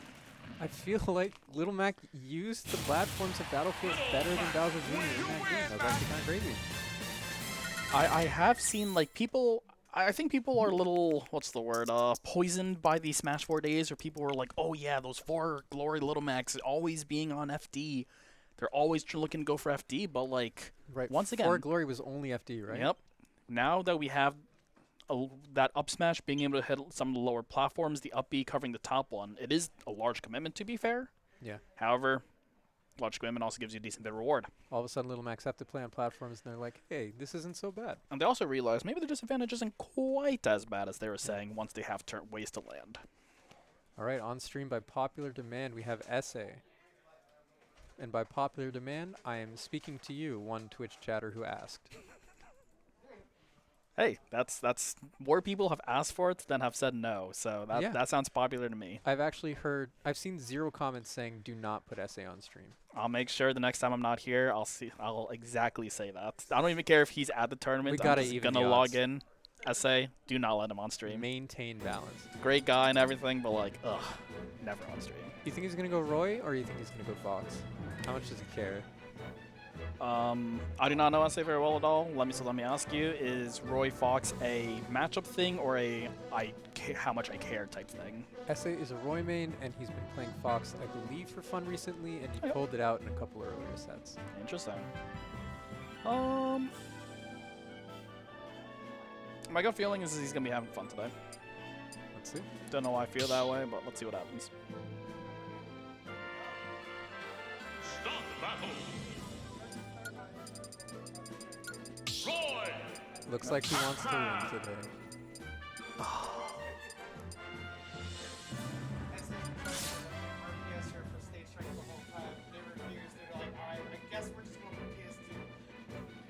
You can refuse stage striking? I thought like it's no. the other way around. No, they just refused RPS. Oh. Wow. Then how does it work? You flip a coin?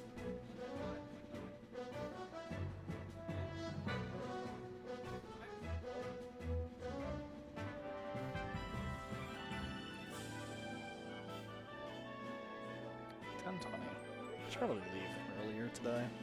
Have to be it's 9:20 daylight savings. Ah. Yeah, this computer wasn't updated. I wanted to get Brazilian barbecue. I hope it's not closed. Brazilian barbecue place here? Yeah, it's called Banana Brazil. They've got a couple locations around Connecticut, like Danbury and Waterbury. Interesting. 3, 2, 1, go! VGBC is not affiliated with Banana Brazil. Alright, it looks like we have messed up a few things. Our player 1 is not the person who should be player 1. So we're going to hear a disgruntled Ajax over here on the side as we watch 2 very good players you think Smashers can follow rules ever? Like, people still don't know how to span stages correctly in majors, and we've been having those for like literally decades. It's very helpful though when you do go to a major because your opponents always know how to ban them, so you just ask them for help. That's what I do every time. Sometimes it works. Ooh, I like that idea from Kiwi, even if it didn't work. Oh my god, SA going down deep and using the trampoline to come back. I don't know if he was accounting for that or if he just got lucky, but I do say it looked pretty damn nice. Is that a consistent thing? SA parried the Galaxian and then immediately picked it up. Interesting. It would seem that because these two have played each other so much that SA knows that that is an option for him.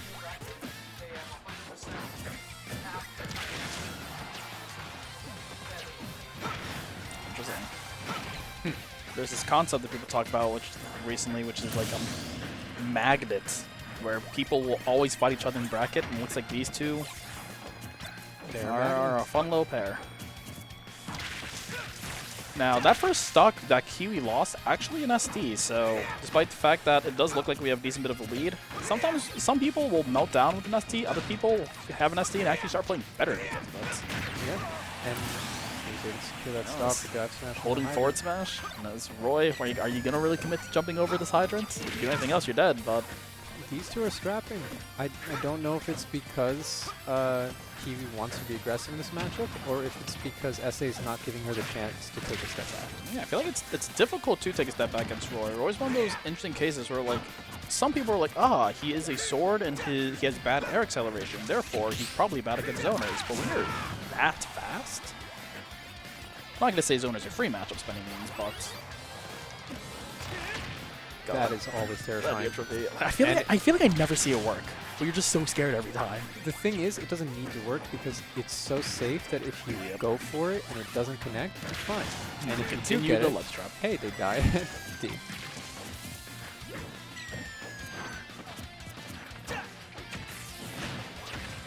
I'm surprised that Roy F tilt was shield grabbable by Pac-Man. What frame is that out of shield? It's like, isn't it like the slow, like one of the slowest grabs plus the extra shield drop frame Pac-Man grab? Yeah. Yep. I think I'm gonna say probably too slow as a true punish, but I wouldn't be surprised if SA pressed another button, F tilt and a jab or something, and those extra few frames made it possible. Maybe shield. And Roy really loves to go for multiple tilts or jabs in a row, like jab down tilt. Down tilt, F tilt, that kind of stuff. However, getting that Gimp right there, yeah, very so nice despite that original SD, it's looking like we're going to be okay.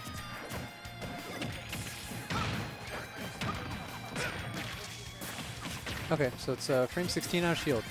I don't know if Roy F tilt is minus 16 on shield, but it's plausible. Well, it'd actually have to be like minus 14 for the spot dodge. Oh, you're making something spot dodged.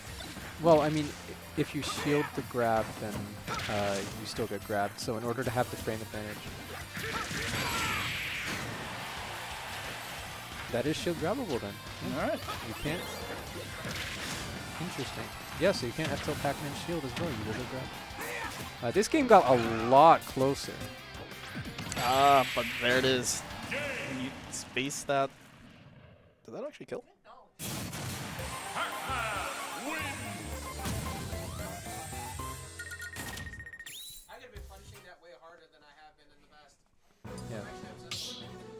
I was just surprised that Kiwi went for a shield grab off of Roy F tilt, but if anyone would know that that was punishable, it would be there. Yeah. True. Speaking of what you said, Skink, it looks like the SD did not face Kiwi at all because she just made that comeback. Kiwi has a meta fight. If you want to learn how to be unfazed by SDs or how to stop SDing entirely, you can... is meta fight a subscription? Book a lesson, book a lesson, book a lesson. Okay, book a lesson with Kiwi. Oh, that's no jump. Yeah, there we go. Second gimp of the set. Yeah, that's an early duff. 83, as Roy's really not what you want to be having. Roy's got a pretty linear recovery. You can mix it up by moving left, right, up, and down a little bit. But at the end of the day, you have the tools of Pac-Man. You are sweating whenever you're off the stage as well. jab forward air worked because Roy was standing on top of the hydrant, so he lifted Pac-Man up. I love seeing people like use Hydrant in their own combos. Yeah. Just some silly stuff. I guess you see it a lot more when people know the matchup very, very well. Yep. Oh, actually Did grabbing he- the Galaxy in there. Yeah, with the tech. So I can like grabbing the rest of them on shield is usually pretty easy, but Galaxian's always the funny one. Yeah. Personally, I have more trouble with the bell just because I have no object permanence, so when they throw the bell, I'm like, No. certainly it's not going to curve upwards and downwards sharply this time. It's going to travel in a straight line. And then I die. Ah. Oh, getting the footstool, not able to get the deck chase off it.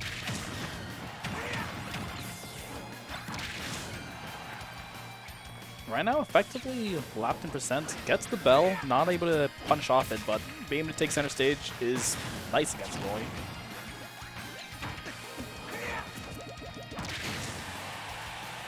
%160%. This is not a percent that we generally see Roy's struggling at. He does have his weak hits to bring you to 160, but usually at some point we expect some type of, you know, raw up air, raw F-tilt, raw key sometimes.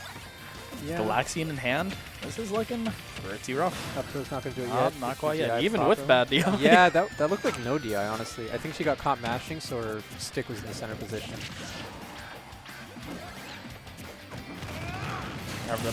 Up B, He's gonna grounded do up it B, again. finally takes it, but full stock down.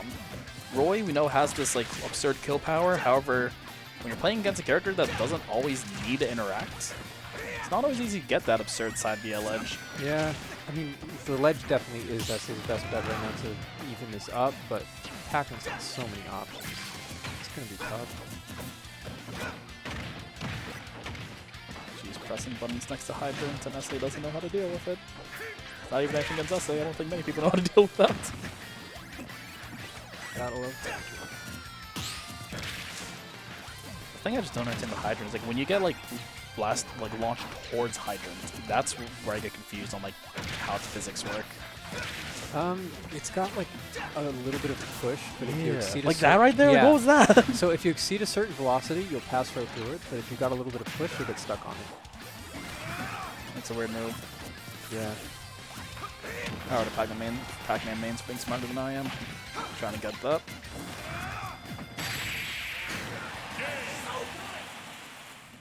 All right. That was a very... Getting a nice little win from Kiwi here. The pop-off actually coming from our local TO.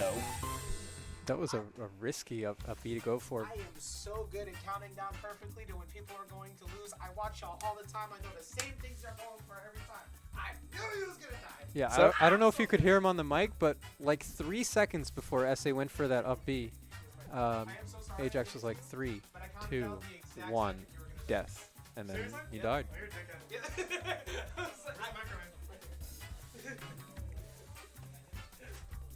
It is 9:30, so I'm gonna try to get some Brazilian barbecue. It's been Alright, have it's been a fun. pleasure commentating with you.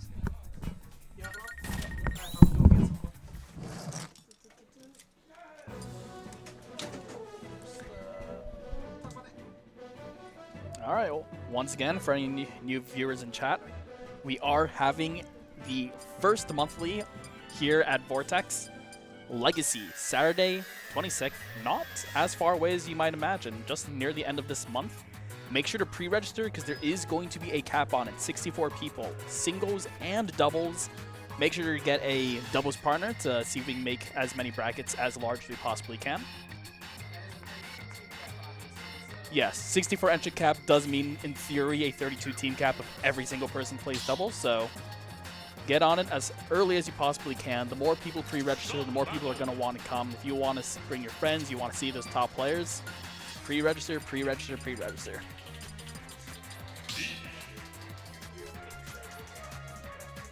Now we're going to wait a second. We're making sure that's a classic we see here.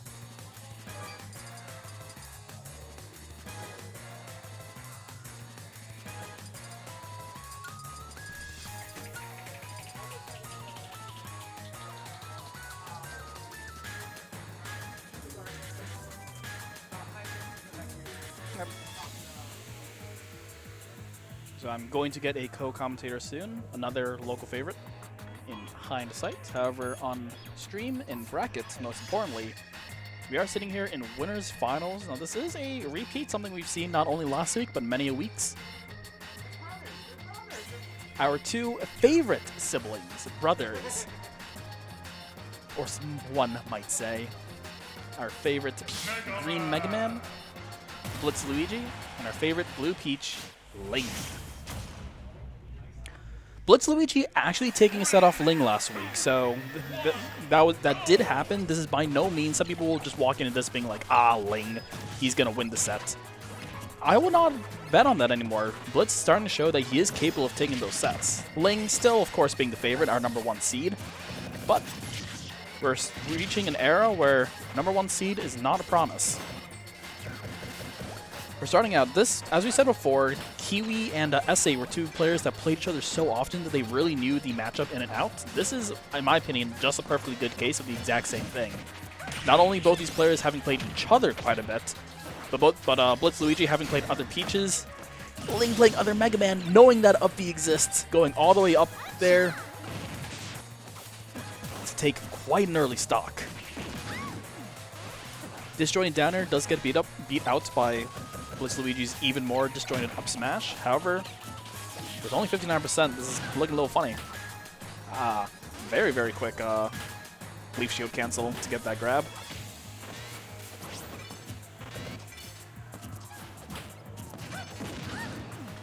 And that active up smash still going to be taking it. Is worth noting, he might have, despite the fact that there was such a bad early stock, what's it called? This is a best of 5, so by no means is it as drastic as it sometimes might feel. Ooh, ready for the spot dodge. At this point, this is becoming the new Vortex winners finals. New? That's just the one that I'm used to. Yeah, I mean, you know, Blitz does a great job in terms of, I mean, he finally managed to get a dub after a long period of time versus Ling last week. And, you know, I'm sure he's looking for the second one, but he's having a bit of trouble here. Yeah. To be fair, it's actually been fairly even in terms of neutral wins one in terms of what's it called, advantage states. The one thing is Ling caught a Blitz going with a high up B with a Peach up B, taking stock at like 60 or something like that. Yeah, this is one of those matches where everyone is going to move further by an inch. It is rare when it's otherwise, and because of that, it makes these kind of situations a lot more scary. Blitz almost looking for something sneaky. Didn't get it there, but I've seen him get something off the top kill Ling as early as like 10. Sometimes when he gets his stock taken early, he wants to just do it right back. However, neutral air at ledge. Gonna start the ledge trap, but let's see how far we can bring it. Yeah, that fair is such a great anti-air, especially it's fast enough to kind of like contest the Peach fair, which is huge versus Ling, and just versus match in general. However, this time not using the fair as an anti-air, but rather Peach fair being used as just a large active hitbox. Yeah, Gonna secure the second stock. This is the hard part. I mean, anyone versus Ling, anyone who's played Ling knows Ling with the lead is a losing battle. You know, you're gonna be there for a while. Oh, Ling actually did it there almost a bit too early. Because of that, got all the resources, got that back here. BlitzLuigy sees a losing battle. He is not scared of that. He's actually able to even it up, despite the fact that he did have that early death. However, just evening up is not quite enough. Let's see who's actually able to take this last stock. Yeah, considering the fact that it's not all too much of anyone's lead here, I honestly think this is anyone's game. Just because these two characters and these two players, by nature, love doing these small exchanges in terms of like, all right, you know, I don't mind playing a bit patient. I don't mind kind of like hitting you with my little hits here and there. Ling obviously wants to look something big, but, you know, he understands the Peach matchup for this is he can't afford to all the time. However, with these small hits that you've been talking about, for a very small second there, Blitz did actually grab the lead. However, yeah, that is exactly how Blitz plans on playing this matchup. It's going to be a lot of like, all right, you know how Mega Mans in general play a lot of matchups. They're not going to necessarily excel at getting all these like, you know, combos within like 20-hit combos. They'll do those like little nairs, those, you know, all the pellets, fairs afterwards, and eventually, you know, even it up or overtake you. It's a very relenting play style, and you know, Blitz does it efficiently with his, you know, pretty much he's like one of the most, I guess, movement-heavy Mega Mans that I know. I've seen a lot of them. happy early. Yeah, you know, especially considering like he loves to press buttons all the time. So Pressing buttons, but at the same time, like, it's sometimes hard to say, like, people hear pressing buttons, they assume mashing. Like, BlitzLuigy's making good decisions. He's not just pressing, you know, funny button every second because he can. yeah, Blitz He's definitely a smart masher. player. Definitely mash. You can mash well though. Yeah, like, But he's bad definitely a mashing versus masher. good mashing. I should make that difference. Here's the thing, you know, Ling kind of loves playing against these kind of players because he loves to try and punish them. But oh man, this is honestly anyone's game. Yeah, having the 20% lead pretty much means nothing when you're both this into kill percent. Yeah, and that's the confirm. Yes. Metal Blade. And Falling Metal Blade, you can get anything you want out of that. This time, BlitzLuigy choosing fair.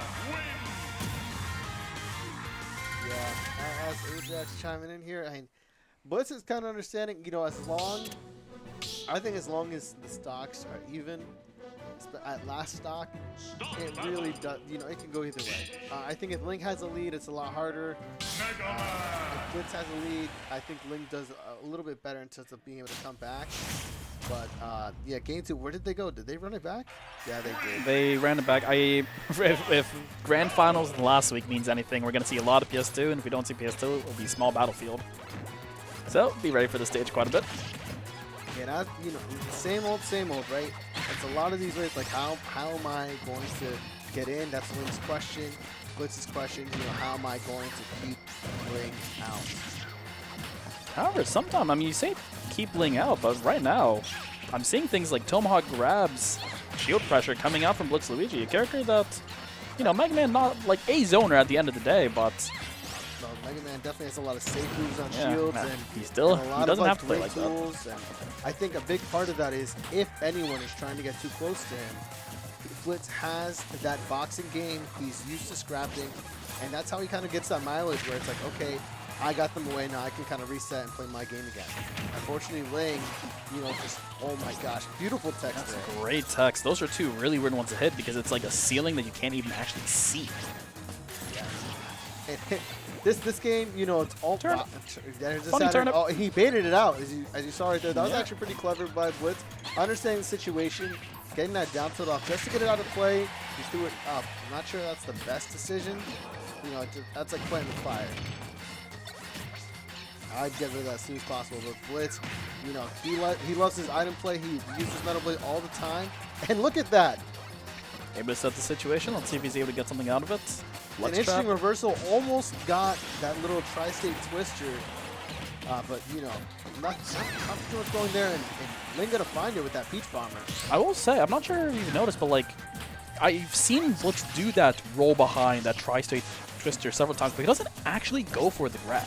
Yeah, He's waiting for another option out of it. Maybe you should start, bro. We gotta tell him about the tri-state twister. It's really not that. He knows about it. Hey, wait a second. He doesn't do it ever. He always rolls behind and then waits. Yeah, I gotta give him some flack after this. I just have to. But you know, here's that part where most people kind of like end up getting a bit hurt is how are they going to punish Ling? How are they going to seal the stock? So it's looking for the up smash out of shield. I mean, it's definitely not a bad idea, but it's something where you have to know when it's going to work. These situations right here, as they're getting more and more into it, you know, this is where Ling excels.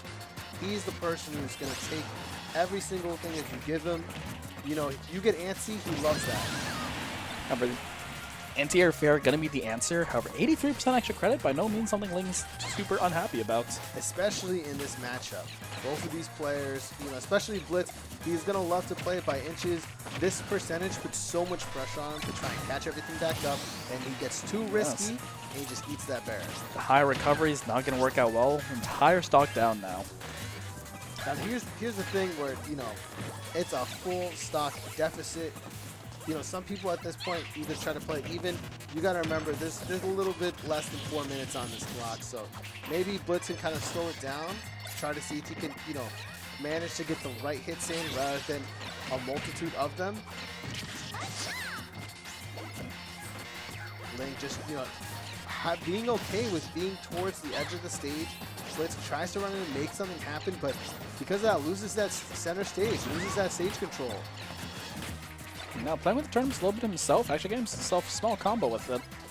Yeah, I mean, you know, anything helps here, especially versus, you know, playing, especially in a stock deficit. Man, someone as masterful of items as Blitz and both of these people, I'm sure he doesn't mind whether it's a turnip or a metal blade. 86%. We're still not at a point where we can really say kill percent. There are a few, you know, metal blade up tilts and all those things, but And we see him looking for it, finally going for a grab, one of the few that we've seen in these sets.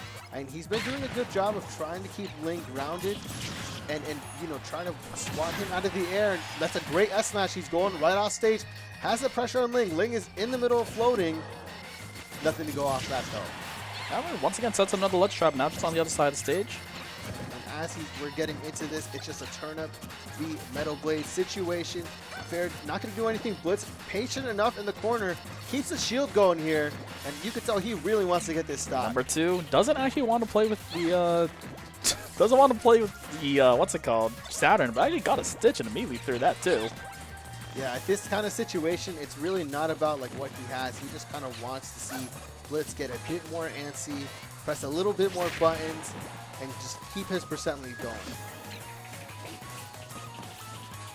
Air dodge again, slightly unsafely, but he's actually not going to get punished for that. And Blitz not confident that the Metal Blade would hit. Misses that confirm, and that's the Peach Bear going to finish it up with an up air. Coming out all the way out with Peach up air, that's not a thing that you really expect Peach to do. When you expect to come out there to use fair lock, but up air is more active upwards. And it catch landing. It's also really good versus BlitzLuigy, and Mega Man in general loves, you know, is able to kind of go high, doesn't even have a hitbox necessarily, and doesn't try to move forward as much without just simply moving forward with the stick. So with that in regards, I mean, I think that up air was a great idea. Smart move. I mean, some people would say, the thing beat the up air is the down air, but that down air from Mega Man, literally the slowest down air in the game, so makes a lot of sense. Is it actually Slowest down air in the game? Wow. I think it's the slowest aerial in the game. Stop battle. Mega Man. It's probably the slowest down air. I would doubt. I'm 99% sure it's the slowest down air. I'm pretty sure it's the slowest aerial. That's, you know. 3, 2, 1, go! Yes, I mean, that does not mean that down air is a bad move. It is positive on positive shield. on It is a shield. projectile. It's a silly move. And finally, we are moving away from PS2. We're getting right into this from in Town and City. Another slow game. This is a situation where I feel like, you know, Blitz is looking to kill off the sides. Ling kind of likes that too. Neither of these people are really trying to kill off the top. Maybe Blitz with an up tilt confirm, or, you know, just not a shield. But it gives this flat platform layout. However, a lot of people will say, like, the thing that you want to avoid is bringing Peach to FD. The stage is sometimes FD, so I have to wonder, like, is the zoning capability, the ability to hold stage, worth it for the Mega Man player compared to those silly Peach combos that we all feared? I think the big thing here is less of the FD layout and more of that platform that we're seeing out right now. This formation is beautiful for circle camping. You're going to see Ling take full advantage of that right now. When we say see Ling taking full advantage, we do want to remember this was actually BlitzLuigy's counter effect. Yeah, I think outside of that, you know, we're just getting right into like these scenarios where, you know, once they finally do get into the center, maybe Blitz getting a bit agitated from this kind of play and, you know, taking one step too much forward. Yes. To be fair, once again, Town, despite being bigger blast zones, does actually have the relatively short side blast zone. I'm not persuaded that would have killed on a different stage. Yeah, it's, you know, like we were saying earlier, is this really the best pick in this scenario for Blitz? But and he has this game to play with either way, and I honestly don't think it's the worst pick. These platforms are something that both of these players kind of love playing with. I think the more important thing here is, you know, at any point for BlitzLuigy is, can he seal these stocks faster than Ling can or without taking too much percent? I know it kind of sounds like every person kind of doing this, but in reality, this is how he can win the matchup. Sometimes, I mean, a lot of times when you're thinking about what happens at top level play, it's by nature kind of simple to understand, but actually applying it to the level that these people apply it, it's not something that very many people can do very well. Especially when you have some characters like Peach, who has a multitude, so many different ways, like a plethora of like movement options, ways that you can evade somebody in. And, you know, it's so hard to kind of finish them off when they try to trick you up like that. The disadvantage for them is apparently something that's tricky. But managing to finally get an edge ledge shot situation. but still, just, you know, not being able to finish this out, and he's already at 88%. Gets Metal Blade, but he's not able to get quite there quite in time. And the it messes up that pop-up bear there. confirm. Yeah, that, you know, if you mess it up a little bit, that's what will happen. Maybe the fastball could help confirm it to the second one, but either way, you know, that's not something you want to see with your blitz. It's going to be a rough situation. However, hey, he did try to sister. Didn't work, but he tried. Yeah, eventually. Finally I mean, getting the bear. that's like 180. That's like Swordfighter kill percentage. You gotta.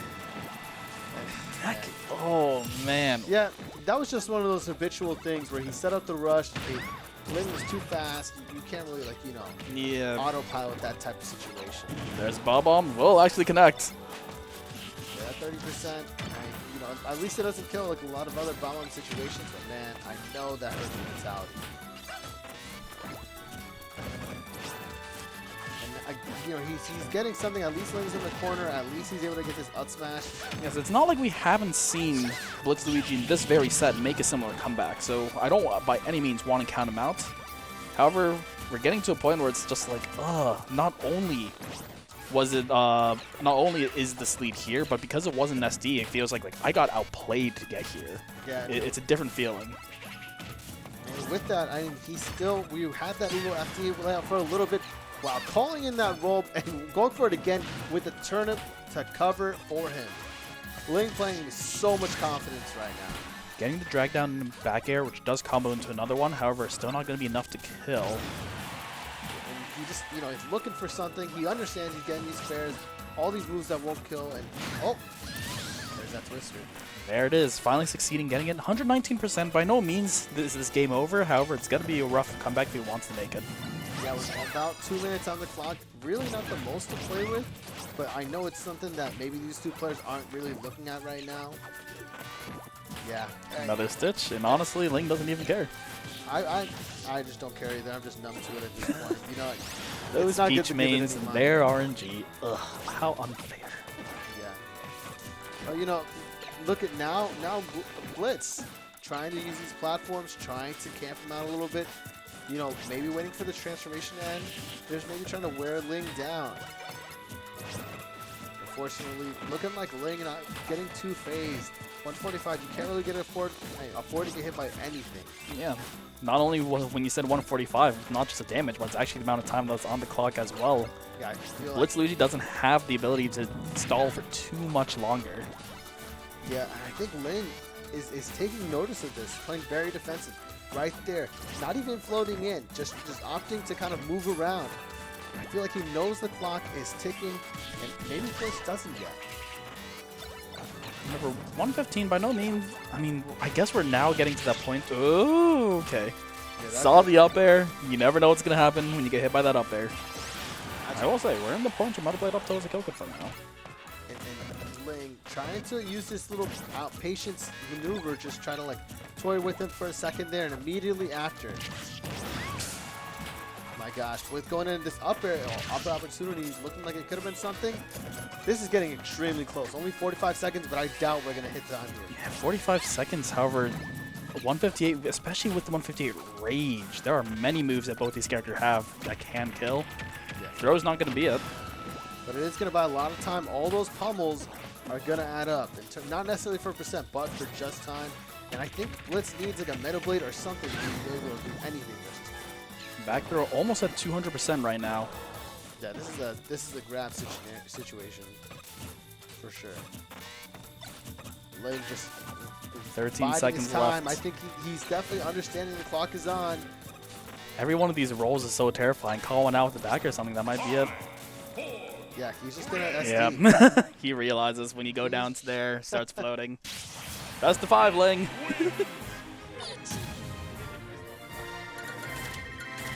Bullying. Fist bump. All right. Game 4 here. Game 4. Back to town. I mean, Stop the you battle. have to Mega put Man. pressure on. If you don't do it, what's gonna happen? What's gonna happen? I mean, as I say that, to be fair, in that last minute, he did bring it to a situation where, like, one read could have been it. Yeah. So we can't really blame him for the slow gameplay. It's just like, now that we've seen what happened, it's like, Yeah, here we go again. It's one of those scenarios where it's a gamble, right? And a lot of situations are a gamble, but once you play a bit too slow, you're behind. That's the only kind of like you got to watch out for. Two defensive players, you know, aren't necessarily going to attempt to go at each other so often. They'll be able to change that. But with him playing, Ling, I should be saying, the very deep edge guard. Gonna get some percent going for him. And if this center exchange, these you know, kind of boxing, scrapping situations, looking like they're going a little bit more towards Ling at this moment. Even just reversing that crash bomb, completely understanding how to use this as they've played so many times now. Now, Blitz is just trying to fight his way towards center stage. Ling gonna give it to him for a second. Now Blitz here has a situation, has a scenario. Can he make anything out of this? Just gets those little damages here and there. And a great double jump to kind of go over that fair. Oh, trying to get the Metal Blade combo. Kind of an interesting thing, getting it right off the platform. Yeah, not going to have as much knockback as the turnip that he's used to. He's going to make that a little adjustment in time, but I mean, I don't really think he necessarily had to, bless you. He's doing a good job. 147. I think Ling's able to take the stock and a good dash attack. One good dash attack, although with good DI, I'm not persuaded dash attack will kill. However, you have to be scared. This is, once again, having high percent means that rage. Some kill confirms that aren't normally there. Yeah, and Blitz putting on not catching. so much pressure. Oh my gosh. He might be able to run and take this stock first. However, as we say it, the fair at center stage, actually. Taking the stock, 116 on Peach. Let's see how much extra credit Ling's able to make. Yeah, I wouldn't be too upset if that had Blitz right now. You know, he can make a stock come out of this if he plays his cards right. Ooh, I think probably trying to do a dash back after that roll that got caught by the back air. Bad DI causing. Maybe even an air dodge. Maybe even an air dodge. Either way, you know, this game is back to pretty much even. Not too much of a deficit. This is exactly what Blitz wants. And Ling, again, looking like he might just start playing towards that corner. Actually, no, going towards the center. Doesn't switch the Crash Bomber. A very good leaf shield there, recognizing that he's going to get a shield poke with how small that shield was. And as they're getting just more and more into this, Ling losing all of his resources. But he's able to get onto the ledge. Goes right into leaf shield there. Yeah, and at this point in time, they're almost dead even. Only 4 minutes left.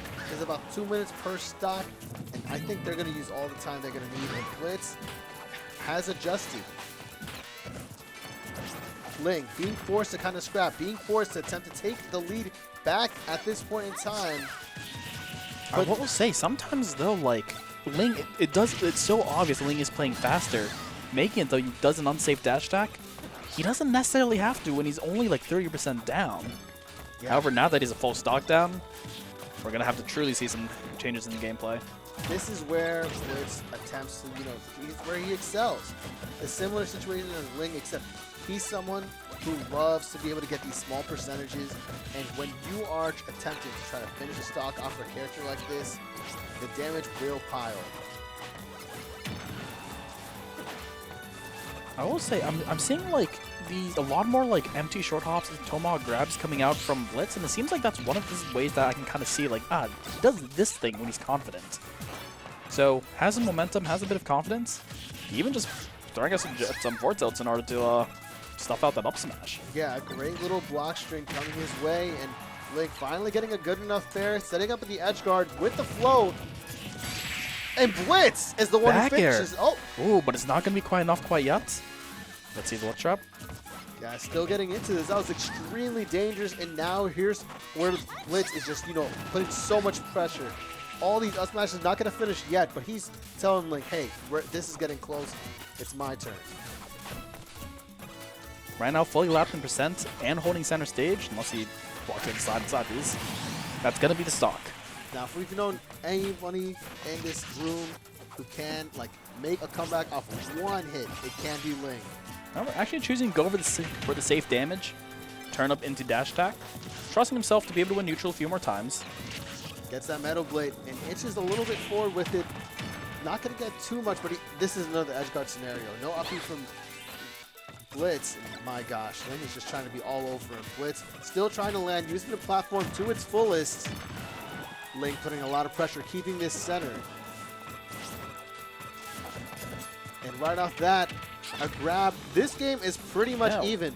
Less than 2 minutes on the clock as well. I don't think this will go to time with the pace that these players are playing.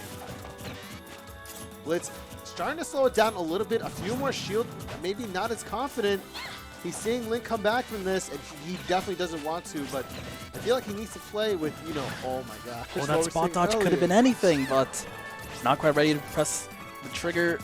We're seeing all these spares coming out from Blitz. I feel like a switch up is coming very soon. Oh my gosh, Not the risk actually here. punishing the dash attack. This is getting scary.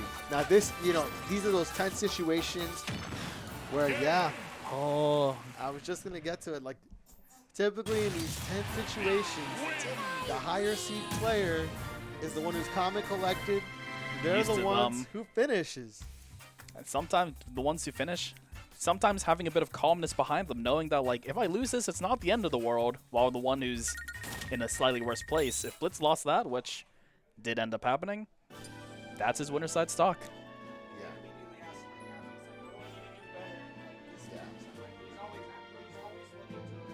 Don't listen to Ajax. Blitz actually doesn't care that he lost. No, he didn't. Blitz is not even in this room. How could you hear that? Would you believe someone who's not even on the mic as a commentator? I'm the commentator here.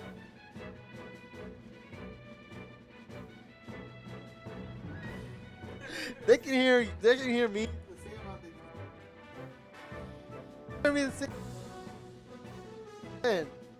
Being bullied by the TO who brought us here to commentate.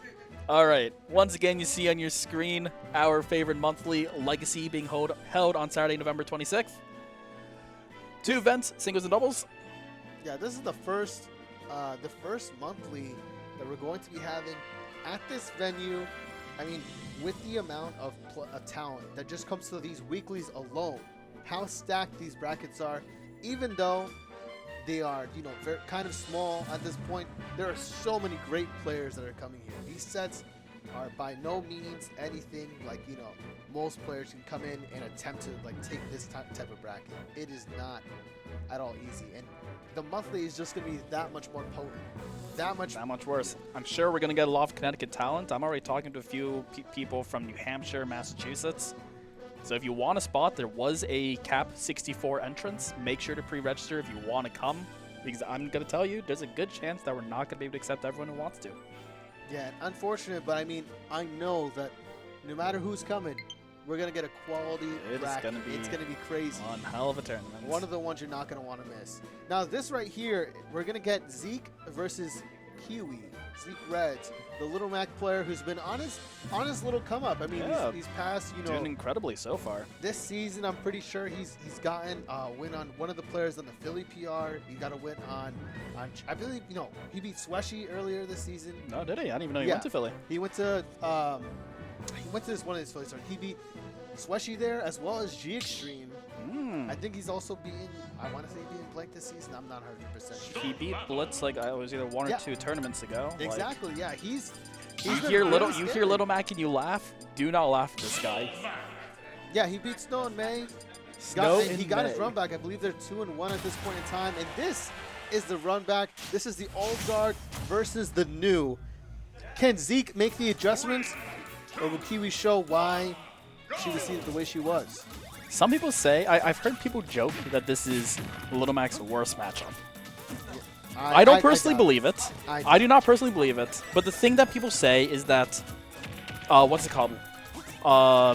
Pac-Man has a particularly interesting tool in Trampoline to say you can't be on the ground anymore.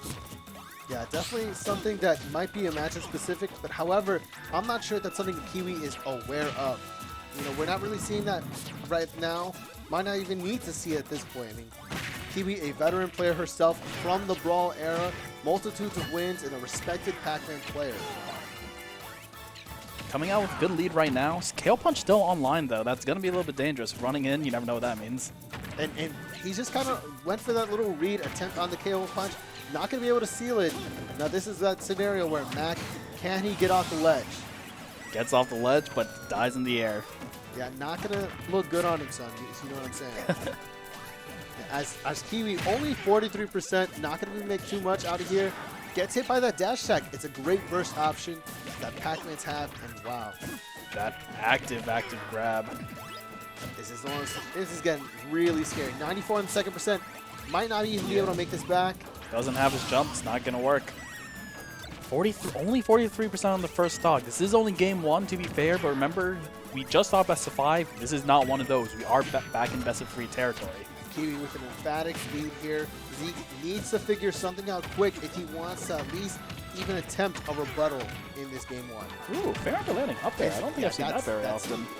That's Yep, takes away the trampoline. 67% 3 stock. Yeah. All right. This is looking rough. I mean, this is where Ajax comes in and says, "Ha! I told you that this is definitely one of. Hey, this is definitely Little Mac's worst matchup." Hey, wasn't that me that said that? My bad. I appreciate it. All right. Yeah, honestly, some might not know. This dude, he got a Violet and he got a Mythra as well. I didn't know. I knew he had a Pyra Mythra. To be honest, I didn't know the Violet existed. Everyone got a Violet nowadays, bro. Like, Really? Is that how it works? yeah, it's Skink. I know you got the Violet in the pocket. I refuse to play DLC characters on principle. All Except for well, Plant. we're- Anywho. Immediately starting off with dash attack now. And this is we're in Hollow Bastion. I think this is a really good stage for Pac-Man specifically. We're gonna see Zeke attempt to kind of make these adjustments here, and I mean, this is already a lot better of a start. I mean, considering the tier differences between the characters, but also like the way these matchups kind of play out. It is worth noting that, like, this is another character at the end of the day where a lot of people say her fatal flaw is the edge guard. So, despite the fact that it's better than one might say for Little Mac, it is still the same thing that she's scared for. But I don't think that really matters. My gosh, this is such a switch up from what we were seeing previously from Zeke. Trying to use the Hydrant to his advantage, maybe not certain enough on the Hydrant kills, and gets a little bit of a reversal in that scenario. I do want to point out that, yes, while this character does also have the same weakness, I feel like that just kind of goes towards Zeke, a player that is used to that type of weakness. Fair enough. However, that back air still has his jump, so he's going to be all right. I think the big thing here is how is he going to get it off of ledge versus Kiwi when she's just kind of playing it really, patient, really reactive. Again, a snare with Bell, able to get past it. And a good attempt on that Blazing End, attempting to kind of, bait out that fruit, but a little bit too late on this. And this is Zeke's turn to kind of get this ledge trap scenario going. Not to get too much. Ooh, actually falling out of that's probably a good blessing for Kiwi right there. And as you can tell, looking for something a little bit more tricky, a little bit more, mix up heavy as he switches to the Mythra. Fourth throw, not going to do too much, but doesn't really have to. This percent's going to matter, but these smash attacks, man, I'm not too sure about that. I mean, I think he's recognizing that, like, even at this point, Mythra smash attacks are going to kill, so why bother with the bad frame data? However, the little bit of lightness that Mythra brings along with her might have actually been the cause for that death. Yeah, it's also that pressure that Pyra brings. It's definitely a big aspect of playing that side of this character. Dash like through the hydrants, but Yeah, it's even not at really 165, still not going to be quite enough. This is that scenario where you have to be able to play out with a little bit of slower frame data or something to be able to finish this stock. And he's just kind of struggling. This is where, the better player, unfortunately speaking, right, is able to kind of clean these things up. They know how to milk their lead, and they're going to do the best thing they can. Kiwi's a phenomenal player. Sitting at 96% extra credit right now, and still not even an actual death. Yeah, at this point, maybe a throwable kill, but man. I don't think they have a kill throw whatsoever. Yeah, it's looking a bit rough. I think up throw, right? See, Yeah. at 200, good to know. Look, with yeah. Rage on a light character, maybe a bit earlier. This is FG pretty much. This is a small ceiling. Finally gets that first up air, but man, what a mountain to climb. Kiwi has set herself up in a phenomenal position to finish this set. Has the key there. Not going to finish anything yet, but the Hydrant. Doesn't realize the Hydrant is still active. Yeah, gets caught up on there, and that's, you hate to see those kind of deaths where they're just kind of like, oh man, you really got hit by that? Come on. But either way, Kiwi doing a phenomenal job just, moving her lead up every single second, it seems. Down air on shield, by no means a safe option for Pac-Man. I'm surprised that ZekeReds wasn't even get that up out of shield on it. It could be, that familiarity and the spacing and also the pressure. There's a lot of, human factors that come into play rather than what is or isn't safe. Trying to dash in underneath the hydrant, thinking get a sneaky hit, but Kiwi ready, throws out the active grab. And this is that scenario, she's got bell, you're running, and you're gone. Yes. Forward smash after getting the bell confirmed. Yeah, Zeke not happy about this one, but what are you going to do? I mean, we'll see him next time coming out strong. He's coming pretty much every week, getting good wins every time. I mean, losing to Kiwi twice is nothing to be embarrassed about.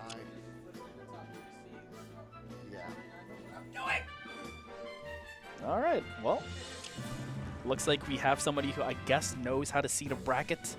Our top 3 seeds making it into top 3. Classic. Yeah, Bran be going off. I mean, Bran being a little bit of a problem. Such a nice guy, carpooling too many people, and here we are. Yeah, and while you guys are hanging out here in between these matches, be sure to like, follow, and subscribe.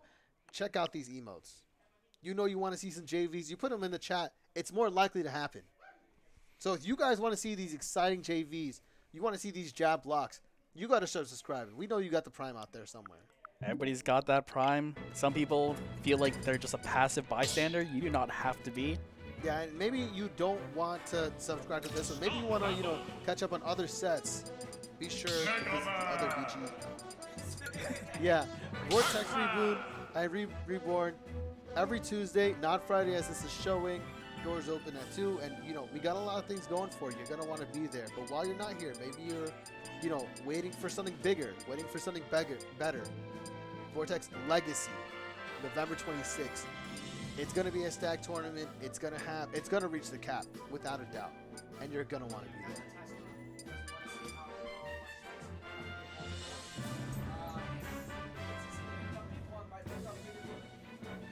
Yeah, so I mean, definitely, if you heard what Ajax was saying, if you want to potentially get more to this, come on out for this one. Show your love, show your support.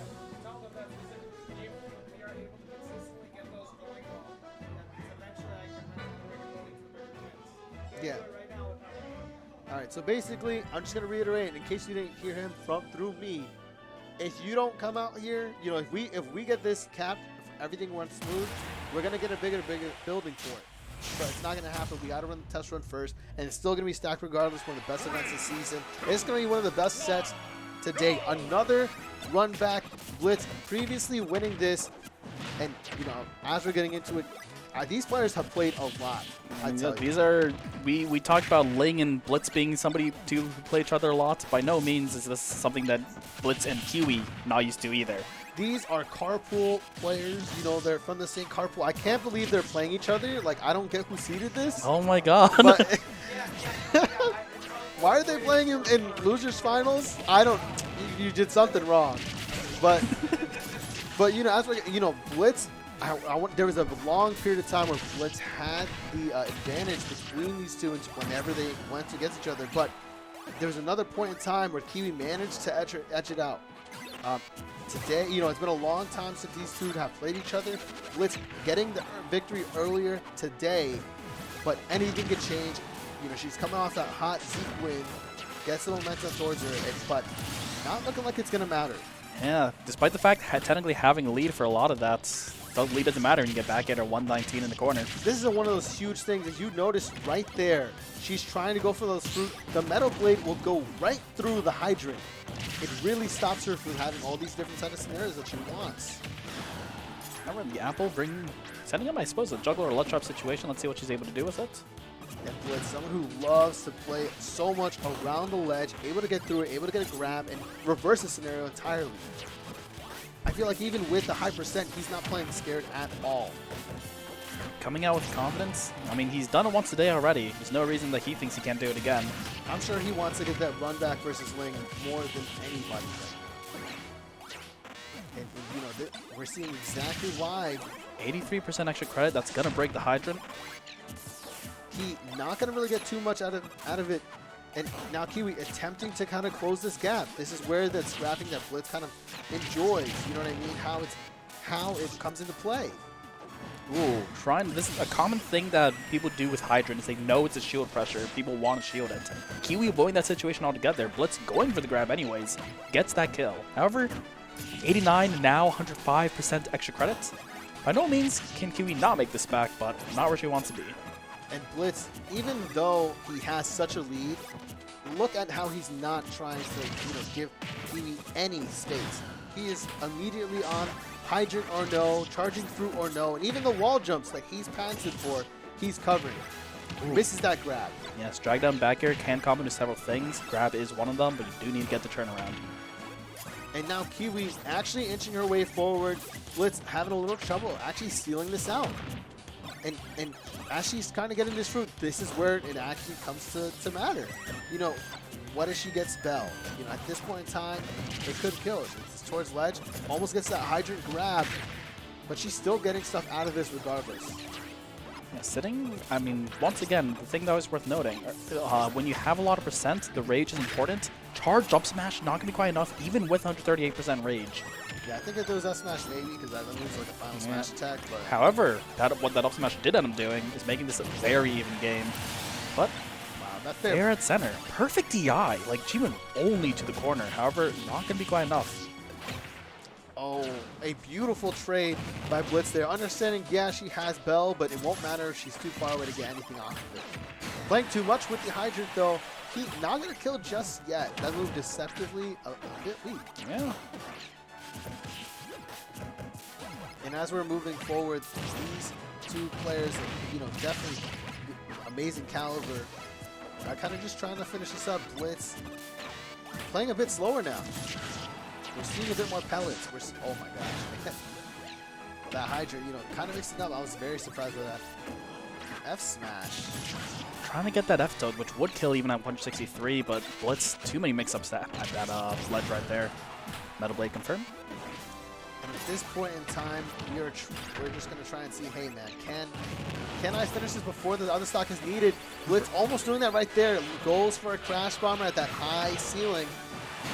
But Kiwi manages to snuff this out. She's like, this is not over yet.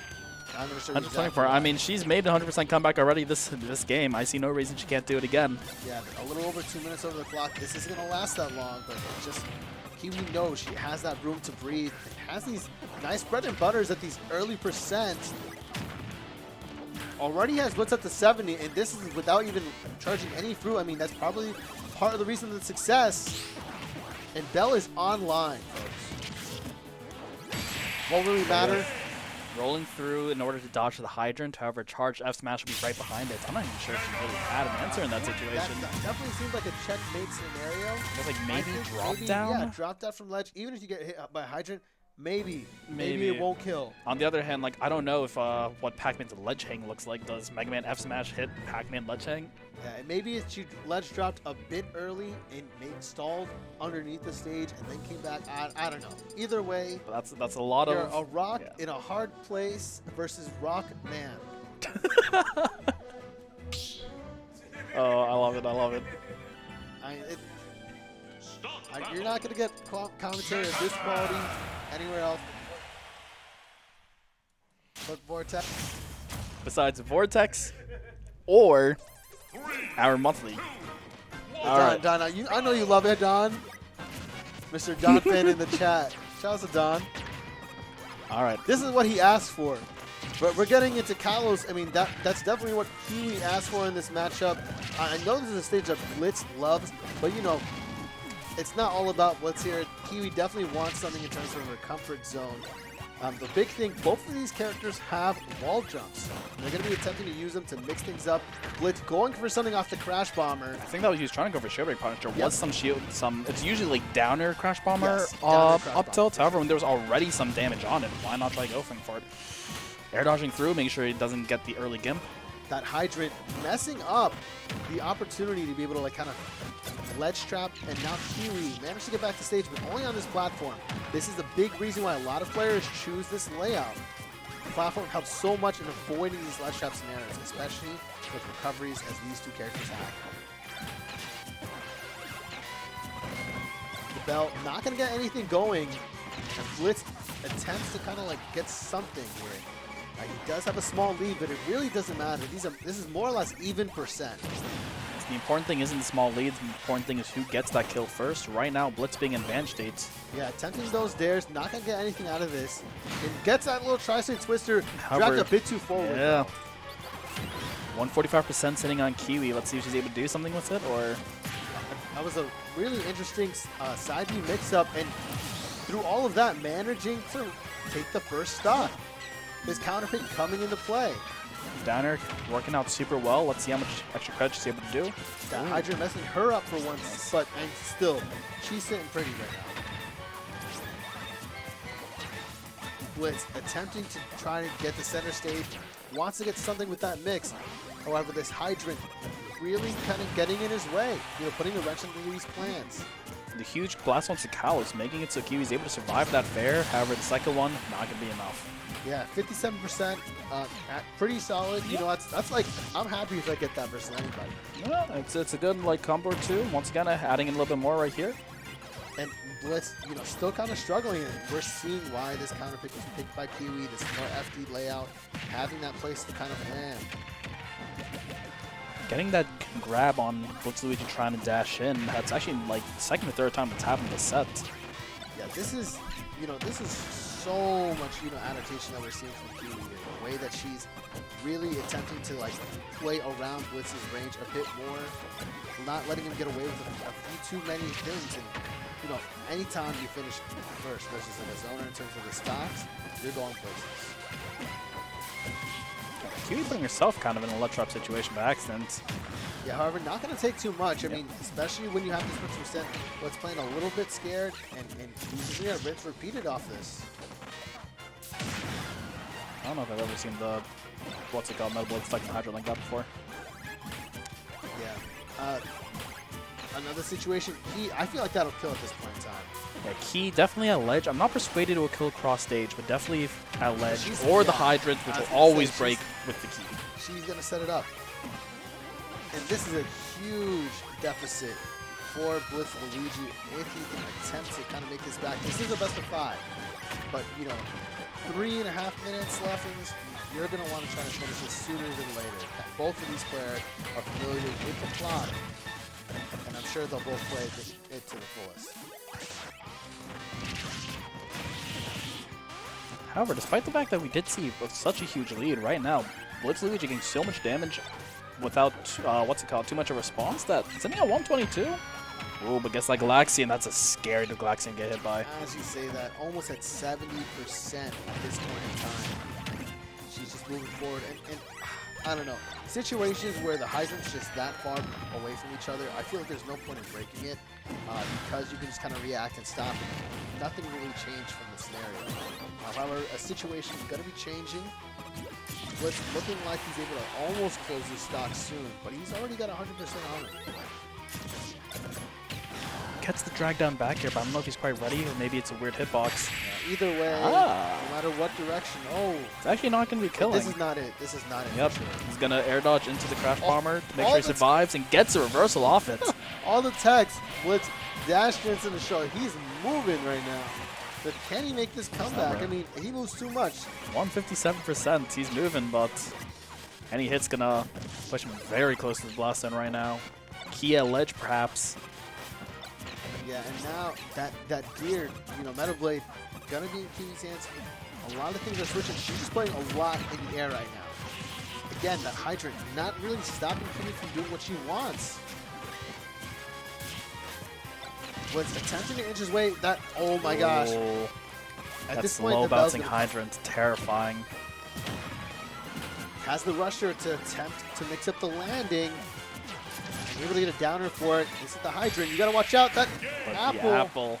Small little bounce on the platform, put in a place that Blitz probably wasn't quite ready for. Definitely one of the fruits that mixes up people the most is the apple. It is the one that really takes people off the top. And when you're at that high percent, when you're trying to make the comeback, I think it's just the perfect option. especially the airspace that it covers, that downward angle that it goes at. It's like there's very few moves in the game that go at that angle. So you're usually pretty safe kind of sitting in that area, but I've just seen two of the characters in the game that can confirm that angle with Apple and the Metal Blade. 100% agree. As we hear them going back, they're going back to PS2. I think this is a great stage for Blitz specifically. You know, he just loves playing on PS2. A lot of people do. And it kind of helps out. We'll see how it goes. I mean, it is, you know, more of a traditional layout, so maybe it'll work better for him in his favor. I think it will. The pellets, here they are. Yeah, definitely so much more pressure. We haven't really even seen a lot of this lead shields because they haven't been playing all that close that second game, but able to switch it up now.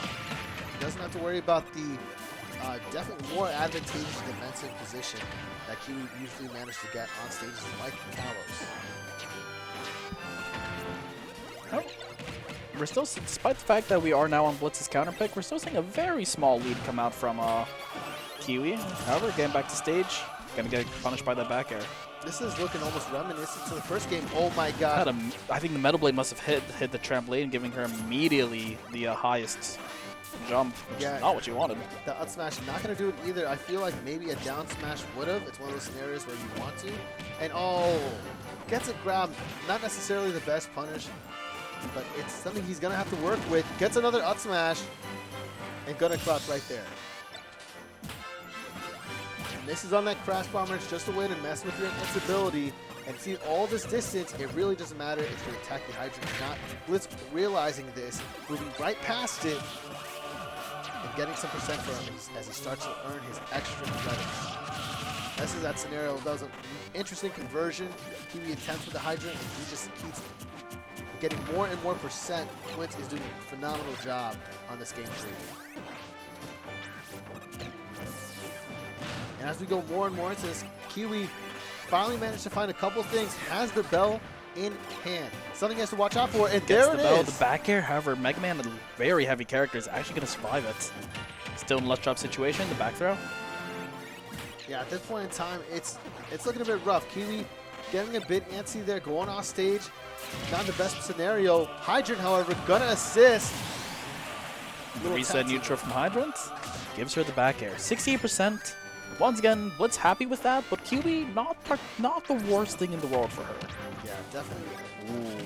So much of these Hydrant scenarios are something that Pac-Man players are so used to.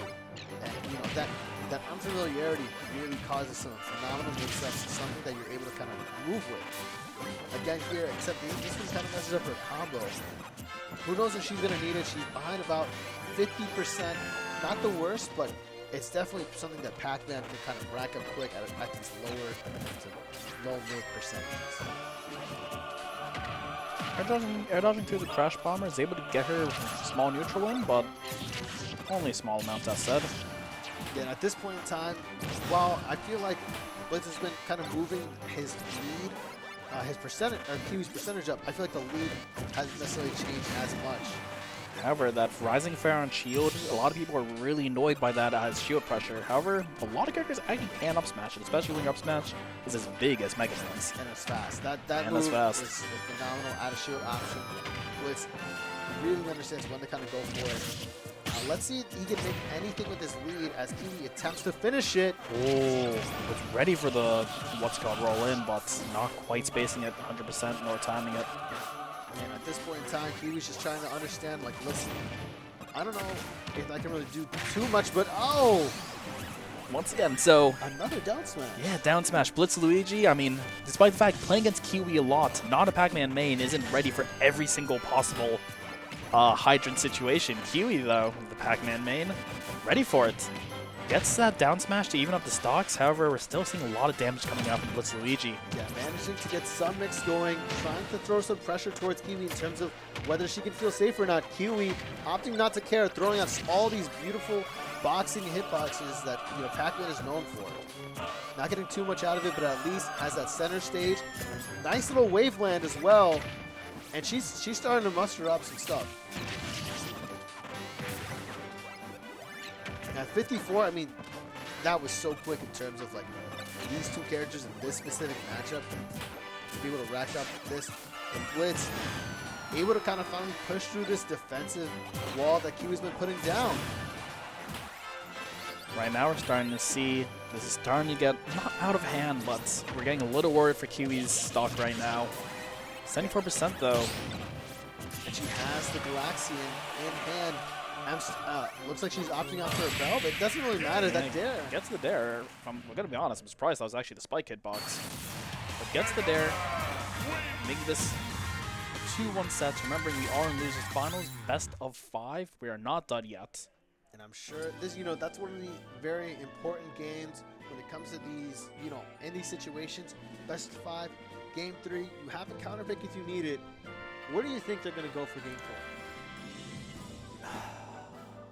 I was thinking, so we do not have DSR here. I wouldn't be surprised if we win back to Cows because of that. However, judging solely by the fact that she's sticking longer, BlitzLuigy might maybe finally realizing, let's not give her this comfortable pick. Yeah. Seeing doesn't... PS2, town? Yep, town. Shorter side blast zones, higher top blast zones, sometimes in FD, but sometimes not. For a moment, BlitzLuigy picked me Brawler, and I was like, whoa, whoa, whoa, whoa, whoa. But you know he's memeing. It's a little mind game. Watch out, bro. Now Kiwi suddenly thrown off her game, seeing Shantae. He's like, wait, that's not a character in this game. Yeah. At this point in time, Blitz doing a phenomenal job of playing the vertical game. Not something you see too often, especially in this matchup. Kiwi with a rebuttal of her own, but Blitz is the one who ends up with the center stage and the percent lead. And he's going to continue it. He's going all the way out there with the back air. Trying to continue it again, but this time getting that grab. This is one of the scenarios where you really see the matchup experience in play here. Blitz doing a phenomenal job and showing why, for a period of time, he had Kiwi's number. He's able to take that first stock, 65%. That's up there. That was within 45 seconds. It might have been the fastest stock. The fastest stock. Trying to air dodge through that hydrant, but the arc of the hydrant can't get through that. And as we're running into this 92 on Blitz, so that speed might have been good, but it doesn't mean that it was all in his favor. Kiwi getting an opportunity to get some through on her. She's going to be able to create a scenario to kill extremely soon, especially if she gets a bell into the Pac-Man patented F-Smash. There's a lot of things that she has that can kill at this percent. However, BlitzLuigy being able to move his around as well as he can with Pac-Man and able to kind of mess with Hydrant like that. Yeah, I don't think those Crash Bombers really did the best. It didn't really stop Kiwi from doing what she wanted at this point in time. And look at that. Now she has bell in hand, yeah. That's the back air. Only 50% extra credit. When you lost your stock as early as 65, you're not too worried about that. Oh, attempts to do what I saw him do earlier versus new player 1, another Pac-Man player today. And tries to get that trampoline game. But Kiwi has better understanding of that situation, going to be able to move forward. And again, unnecessary to attempt to deal with the hydrant there. Sometimes having the hydrant there, sometimes having the hydrant there is almost a good thing. If it's over in the corner, not in play, that's a one less tool that Pac-Man has. And now Kiwi, with the Galaxian in hand, managed to get something going. Hasn't lost her stock, and honestly, that's all that matters. Oh, a dangerous jump from ledge, but she's actually going to be okay for it. That S-Smash, not going to finish it, but again, this scenario with the bell, with Pac-Man, is scary. Blitz swinging to the fences, understanding that, he wants to finish this, misses his ledge jump, as you can kind of tell. Yep. And a key comes out, and this is where Kiwi really starts to get scary. If you're not paying attention enough, look at that. The up air just to control the space. Phenomenal job by her, and we're at almost dead even for this game 4. That back air is going to take him from center stage. Once again, Kiwi and once again BlitzLuigy getting the lead. Yeah. 141 this time in a much healthier situation for Kiwi. And as we're getting into this, Kiwi opting for the bell, really trying to play this game and manages to find something, but can't get the sweet spot. Not getting the sweet spot. However, the apple barely taking it on the high platform, on the high ceiling that town is. Very reminiscent of one of the earlier games this set that Apple going to take it out, and now we're at dead even for this game 4. Kiwi at potentially her tournament stock. Blitz fighting his way to get his run back versus Ling. what's going to happen here. And as we're getting right into this again, you know, we're getting towards that slow, methodical play. But both of these players are kind of putting out these projectiles, putting out these set play options. Both of them very also like recognizing, especially from BlitzLuigy, using that leaf shield a lot to gain center stage. It's hard for Pac-Man without like a huge disjoint to just swat at it. So she has to respect it a bit more than a lot of characters have to. Yeah, definitely bullying a lot there. Doesn't get the most out of it, but man, is that scary. You don't want to be in that scenario at all. But 78%, it's not like it's going to kill, not like a lot is. Phenomenal bait there. Looks like he might bait something else as well. I thought he was going to go for the left jump. Tricked me too. Another apple coming forward from Kiwi. Set to the Galaxian. But Blitz is ready. Gets the metal big back air. It's not going to kill, but once again, another ledge trap situation. And now we're moving forward with this. Blitz able to get that back air. Is that going to do it? And it does. Finally does. 3-1 going to Blitz. Blitz earning his run back. And I know he's looking for Ling right now, just like I am going to look for my drink. See you in a second. Once again, seeing another run back. BlitzLuigy falling to Ling in winners finals. Now sitting here at Grands. A similar situation what happened last week. Losing winners finals, Blitz actually taking the first set of Grands last week. I'm sure he's going to be trying to recreate that, potentially do it even better this time, not only winning the first set, but going to be trying to take the second. Ling, on the other hand, I'm sure he wants a relatively short tournament, seeing what he can do. Starting exactly as we expect, the green Mega Man and the blue Peach. I think regardless of whether or not he wants this tournament to end quick, the way this set's going to go, you know it's not. You still know it's going to be a good set. And you know what else? It's going to be a slow grind, but an enjoyable one. Yeah, we're going to get a lot of things, a lot of cool things happening. Interesting play from both these players. Blitz on the loser side, of course. Yeah, we know he's not. We know he's not doing that. Come on now. He knows that. Ling waiting for the fist bump as the player in the higher seat. He puts it out first. Understanding position. Dominance. That is exactly the type of play you see here as we get into great game one of Grand Finals. Game 1 Grand Finals, our favorite stage, PS2.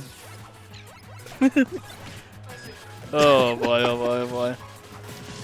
As we're moving forward, we're seeing pretty much dead even game, but Ling managing to keep the center stage, applying so much pressure with these up airs to combat Blitz's vertical play.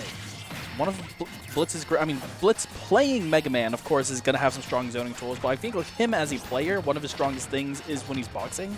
But boxing Peach is a scary thing to do. Especially when you're running out of resources and they're just getting swatted out left and right. Ling, a monster at ledge. Blitz, not scared of any of it. Just down tilting right through. He's actually able to get through. Only 68% on him, getting a little bit more from these pellets. And he seems like he's comfortable in the corner himself. Look at him playing with these pellets and getting up smash. Up smash. He wants to go back to that rush. Ling just, let's put a strong active hitbox right next to it. So I'll just jump straight in. But Ling with a beautiful Peach Bomber switching the Crash Bomber. Not as simple as I thought I'd say, but definitely an interesting scenario to watch nonetheless. That's a smart thing. By no means do people think that's a bread and butter interaction, but when you're smart. Charging that forward smash. Now there's that bait by Ling, ledge dropping and baiting someone to go in so we can roll in. It's definitely something that you see a lot of higher caliber players do, and because of that, earns back his center stage as both of these players are over that 100% mark. Now, a lot of shield pressure going to happen, but with a great out-of-shield option like Mega Man Bear, not going to matter too much. Peach has one herself, gets Blitz off stage with it. He's able to get past the down smash, however, can be bared right to the other ledge. Yeah, on that sticky flat, it's one of those things. However, the back air with, I think that only killed because of the rage. 119 killing Peach, and not even really from the ledge. Yeah, and you know, this is one of those situations, Blitz coming off all the momentum, getting that Kiwi dub.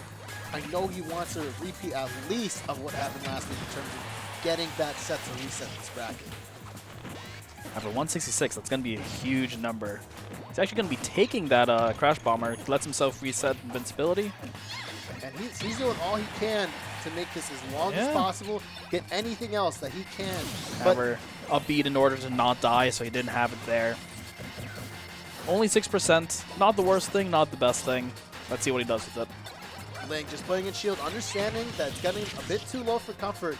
Opts to get out of that situation, gives Blitz that center. And now we're at a dead even game on this second stock. About to be 4 minutes left on this clock as well. We're seeing the down air not completely connecting.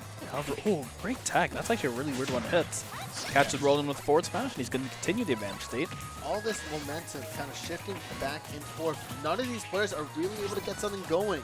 And it comes to a testament of how much Blitz has come to learn this matchup, and that's how much he's come to learn Ling as a player. We're getting right into this. However, Ling, you know, just that much of a caliber player, he's able to kind of inch this forward as much as he can. He might be able to want to take this stock first, and I feel like it's going to be a very important stock. Probably one of the most this set. Trying to set himself up there, see if he can catch a landing. But even if all these moves kind of whiffing, I feel like the center stage is exactly what Ling wants. And Blitz understanding that, baiting him for it, getting that back air, getting that S smash. However, finally, the air dodge to the ground, getting punished by that rising back air. Once again, high damage, but taking the stock first. Yeah, it's one of those scenarios where, you know, Blitz is looking like a closer. This is what he was missing towards the end of that first set that they played earlier. I mean, I don't want to say anything about a closer before he actually wins the game. That was an SD coming out with that downward air dodge. However, Ling has to recover with the up B, so he's going to be okay for it. And a great leaf shield, actually going to mess it up a bit. Ling going to start his ledge trapping. This is where he can get that kill, where he can attempt to clean this game up. However, that bear is going to take it a tiny bit more extra credit than last time, but not by too much, 22%. There is really not that much mileage coming out of Blitz here, but he does manages to trick Ling up for a second, manages to get that fair. With the leash shield, he's still playing with the center stage off this vertical game, gets a grab, reads that spot dodge. Ready for that spot dodge. However, once again, gets the little grab, setting up that corner situation. 73%, it's only growing, hasn't even been touched quite yet. Yeah, at this point in time, you know, if you're Ling right now, if you're at 75%, you haven't really hit him, you might be getting a bit antsy. Ling looking for that down tilt, he actually wants to get a turn of combo. He can even this right back up with that. We know that Peach that is a dot eyes. Let's see what Ling's able to do with it. You can tell he's eager for it. He's holding on to it for dear life, waiting for its opportunity to shine. Finally throws it out. Understands he can't get anything. At least it gets his little grab. Yeah, small grab combo, 21%. Actually extending the hitbox with that Metal Blade. Yeah, at least he manages to get something, but Blitz putting on the pressure, and there it is. Yes.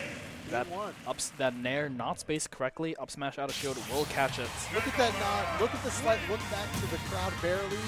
He realizes midway, you don't even need to. As Blitz ends this game 1.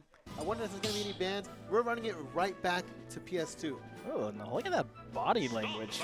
It's both a little bit of fun, but also very serious at the same time. There is no fun and games here in this grand. This is something, you can see the bloodlust in Blitz's eyes. The bloodlust. I do not think I've ever thought of the concept of bloodlust in Blitz's eyes, but you know. It is there. It's I can there. see it. Pillow or no pillow. This man is not soft. Oh man, is the pillow even there? I can't even see it. Oh, it's always there. It's always there. there. I know it's there. You know it's there for Blitz. What a guy, what a guy. All right. Ling coming through ferociously, managing to overpower Blitz in these close combat scenarios. He's not happy with how that last game went, wants to take the lead immediately. I'm sure he might have even heard the commentary of us egging this situation on ourselves. As we're getting right into this, Blitz starting to slow it down again. But Ling manages to get his hits here and there, and as he does, the lead grows. However, now Blitz finally getting his hit in, seeing if he can make a little bit of turn of fates, but not getting anything quite yet. Interesting thing to take note of. See how this pellet play is moving around. See how Ling is actually daring these as he's coming above. Something I really don't see that too often, and maybe the adjustment that Ling needs to start winning this set. Gets that down air off of ledge. Deciding to go high, but not too high. And the pressure. Blitz, for some reason, still getting enough from ledge, attempting to get past it, and wow, doesn't even care at that point in time, goes for that classic aggressive reversal attempt. Down smash at ledge is going to catch what I believe was a ledge jump. 76%. And this is that kind of extra credit that Ling has been looking for. 67 immediately off the bat. Yes, he actually got a crash bomb on ledge, but he wasn't quite able to get the back air that he wanted. I think would have taken the stock in that position. Dot Eyes, not doing anything with it. Manages to get the Metal Blade, not getting anything out of it. Blitz looking to get his classic up smash out of shield, and look at that. He is scouting. Ling is here, and he's looking to finish things up. Catching the air dodge towards ledge with a fair, by no means an easy thing to space. Starting a combo, not going to get much off of it. And because of that, just that one instance, that one overextension, Blitz managed to get that stock going, but he is being lapped at this point. Yeah, It is a tall climb. A little bit of confidence coming out from Ling there, using an up B as an offensive option. We don't see that quite that often coming out from Peaches, but I think he's feeling good with how much of a lead he has. Oh, for sure, without a doubt. I'm 100% sure that at this point in time, you know, Ling is looking like he's just going to take it. I can't see Blitz doing this right now. However, despite the fact that we don't always have faith, however, that doesn't mean Blitz himself is giving up. He looks like he wants to play his game plan. Still sees 4 minutes on the clock. Says, if I just pick up my damage, get some kills. It's not like he's never seen an early kill in this matchup before. Yeah, So he has not lost hope. And it's honestly not too bad unless, you know, he gets to 76% maybe. Or, 76, that magical number. Yeah, that's you know, when it's downhill. But he's you know, at least gotten it to where it's at least just a lap percent. Yeah. Peach can struggle to kill at times if you're not too careful. Oh. Going for a mix-up, Yes. getting punished for it, but you know, it's not bad. He doesn't get killed. He doesn't get killed. He understands that he wants like a kill right now. Let's see what he's able to set up with his back air. Fortunately, that Metal Blade not enough in terms of the pressure. And all that mix! And finally, My punishing Ling for trying to dodge. Any viewer whose ankles weren't broken is lying. All right, 101%. You know what? I am not completely lost in faith. My faith has been renewed. I have a new favorite dribbler on the squad with Blitz right here. With the ledge pressure, these pellets doing their thing, not really worrying too much about his stage control anymore. You see him weaving around the platform.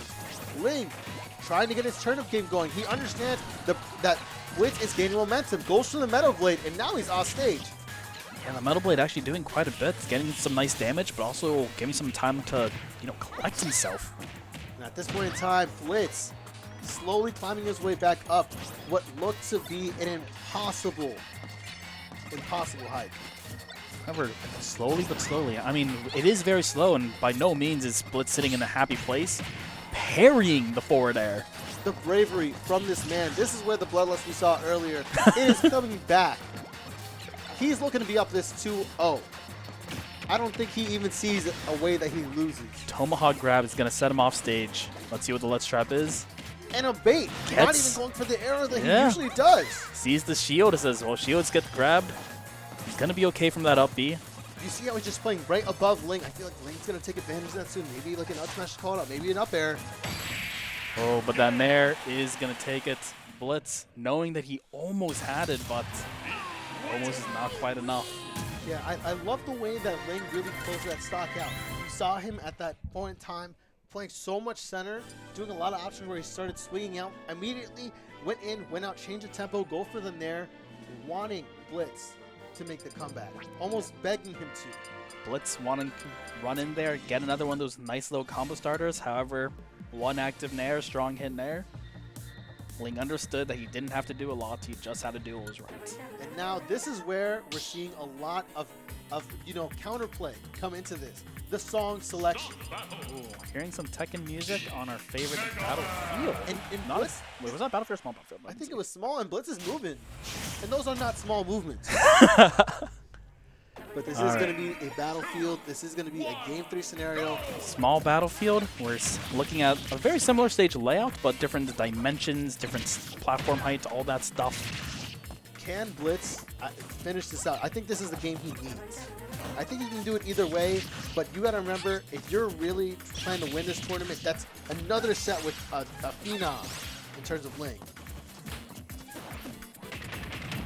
Right now, once again, I feel like we expect so much strong ledge play from both of these players, but both these players are not only good at keeping their ledge, good at getting away from it too. I think a great thing that both of these players also do is have a lot of movement mix-ups.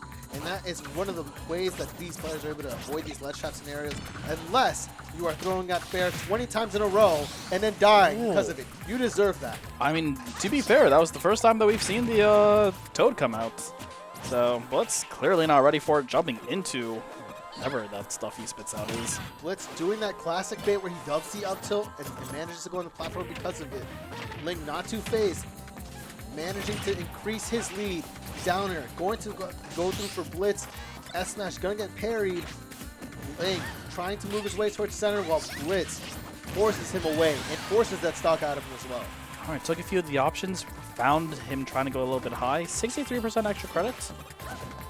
There's definitely a fair amount at that. Blitz gonna try to earn his way here, and with this smaller stage, it does allow for a lot more mix-ups, but it also means that the close-up pressure, this close-range scenarios, are that much scarier. We're going to see, what's it called? We're going to see Blitz still really not too scared to attack the shield, but 105%.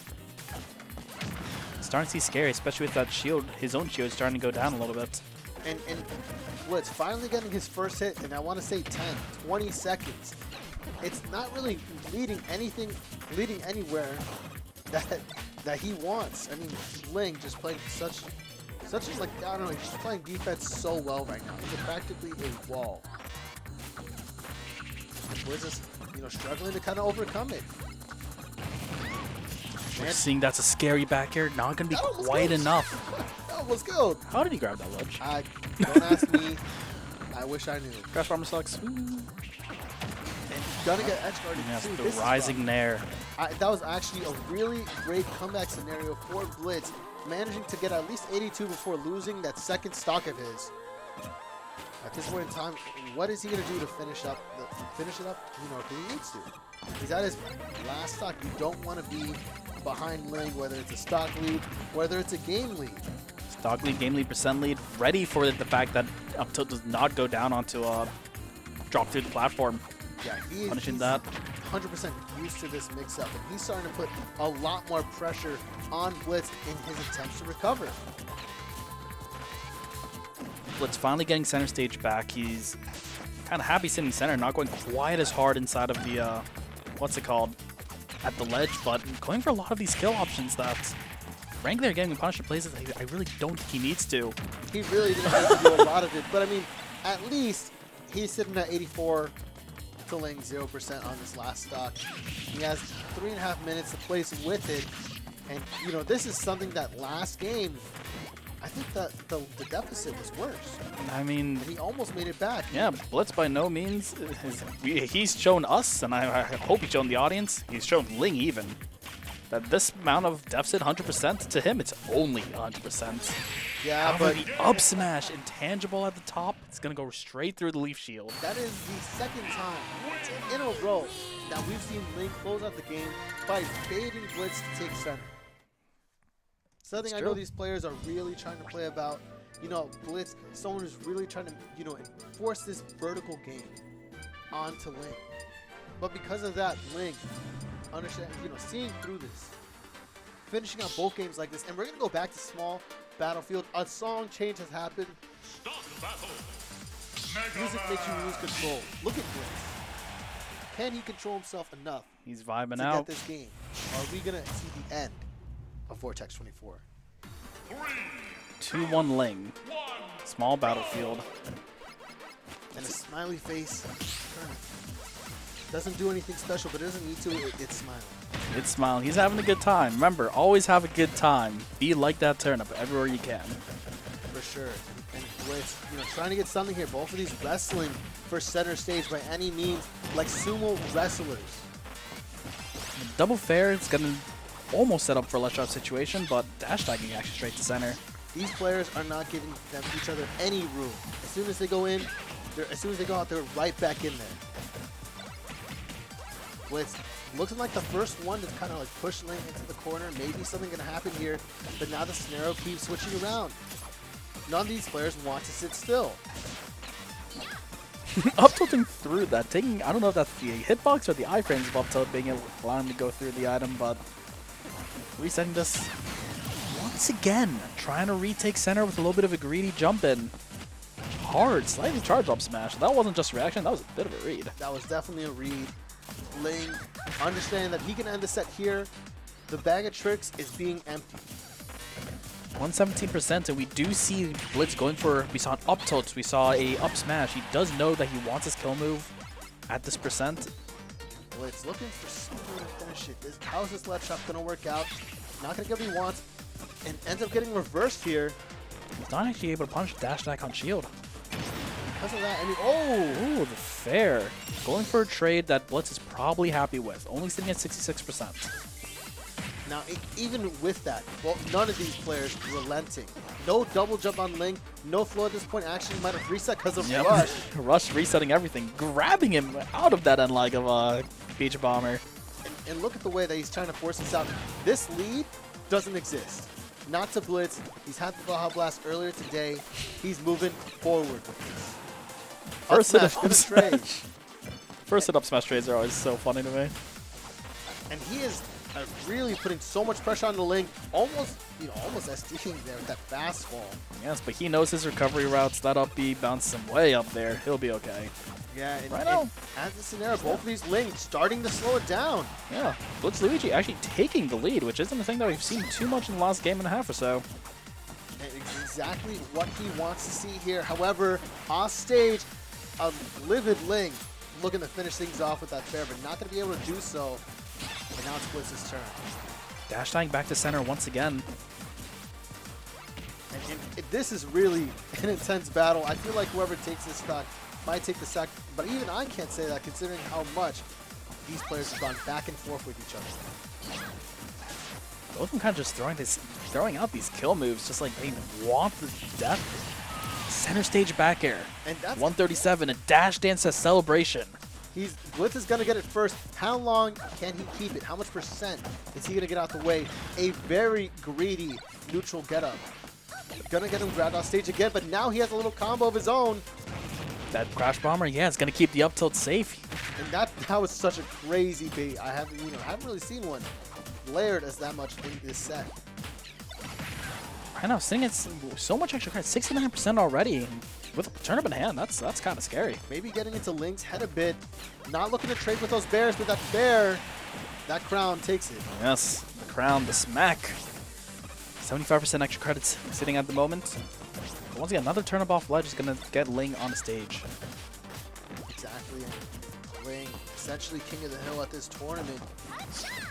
Trying to finish things up. He only needs one more game. However, Blitz clawing this way back, trying to even this set up and possibly reset. Gets the downer, even forward smash, but still not going to be quite enough. Tries to go out there with the back air, not going to be quite. Yeah, ended up double jumping to be a bit safer. I mean, stuff like that, it might have hit if he didn't do that. There's and the now beach combo. He's taking 40%. Now, this is as intense of a ledge trap as it needs to be, and he manages to close it out with an up smash. Spot dodging the grab. Anything's going to kill there. An up smash of his own, a very good rebuttal to finish out Game 4. And we're going to a Game 5 scenario. This is similar to last week. Yeah. Blitz actually managing to take it.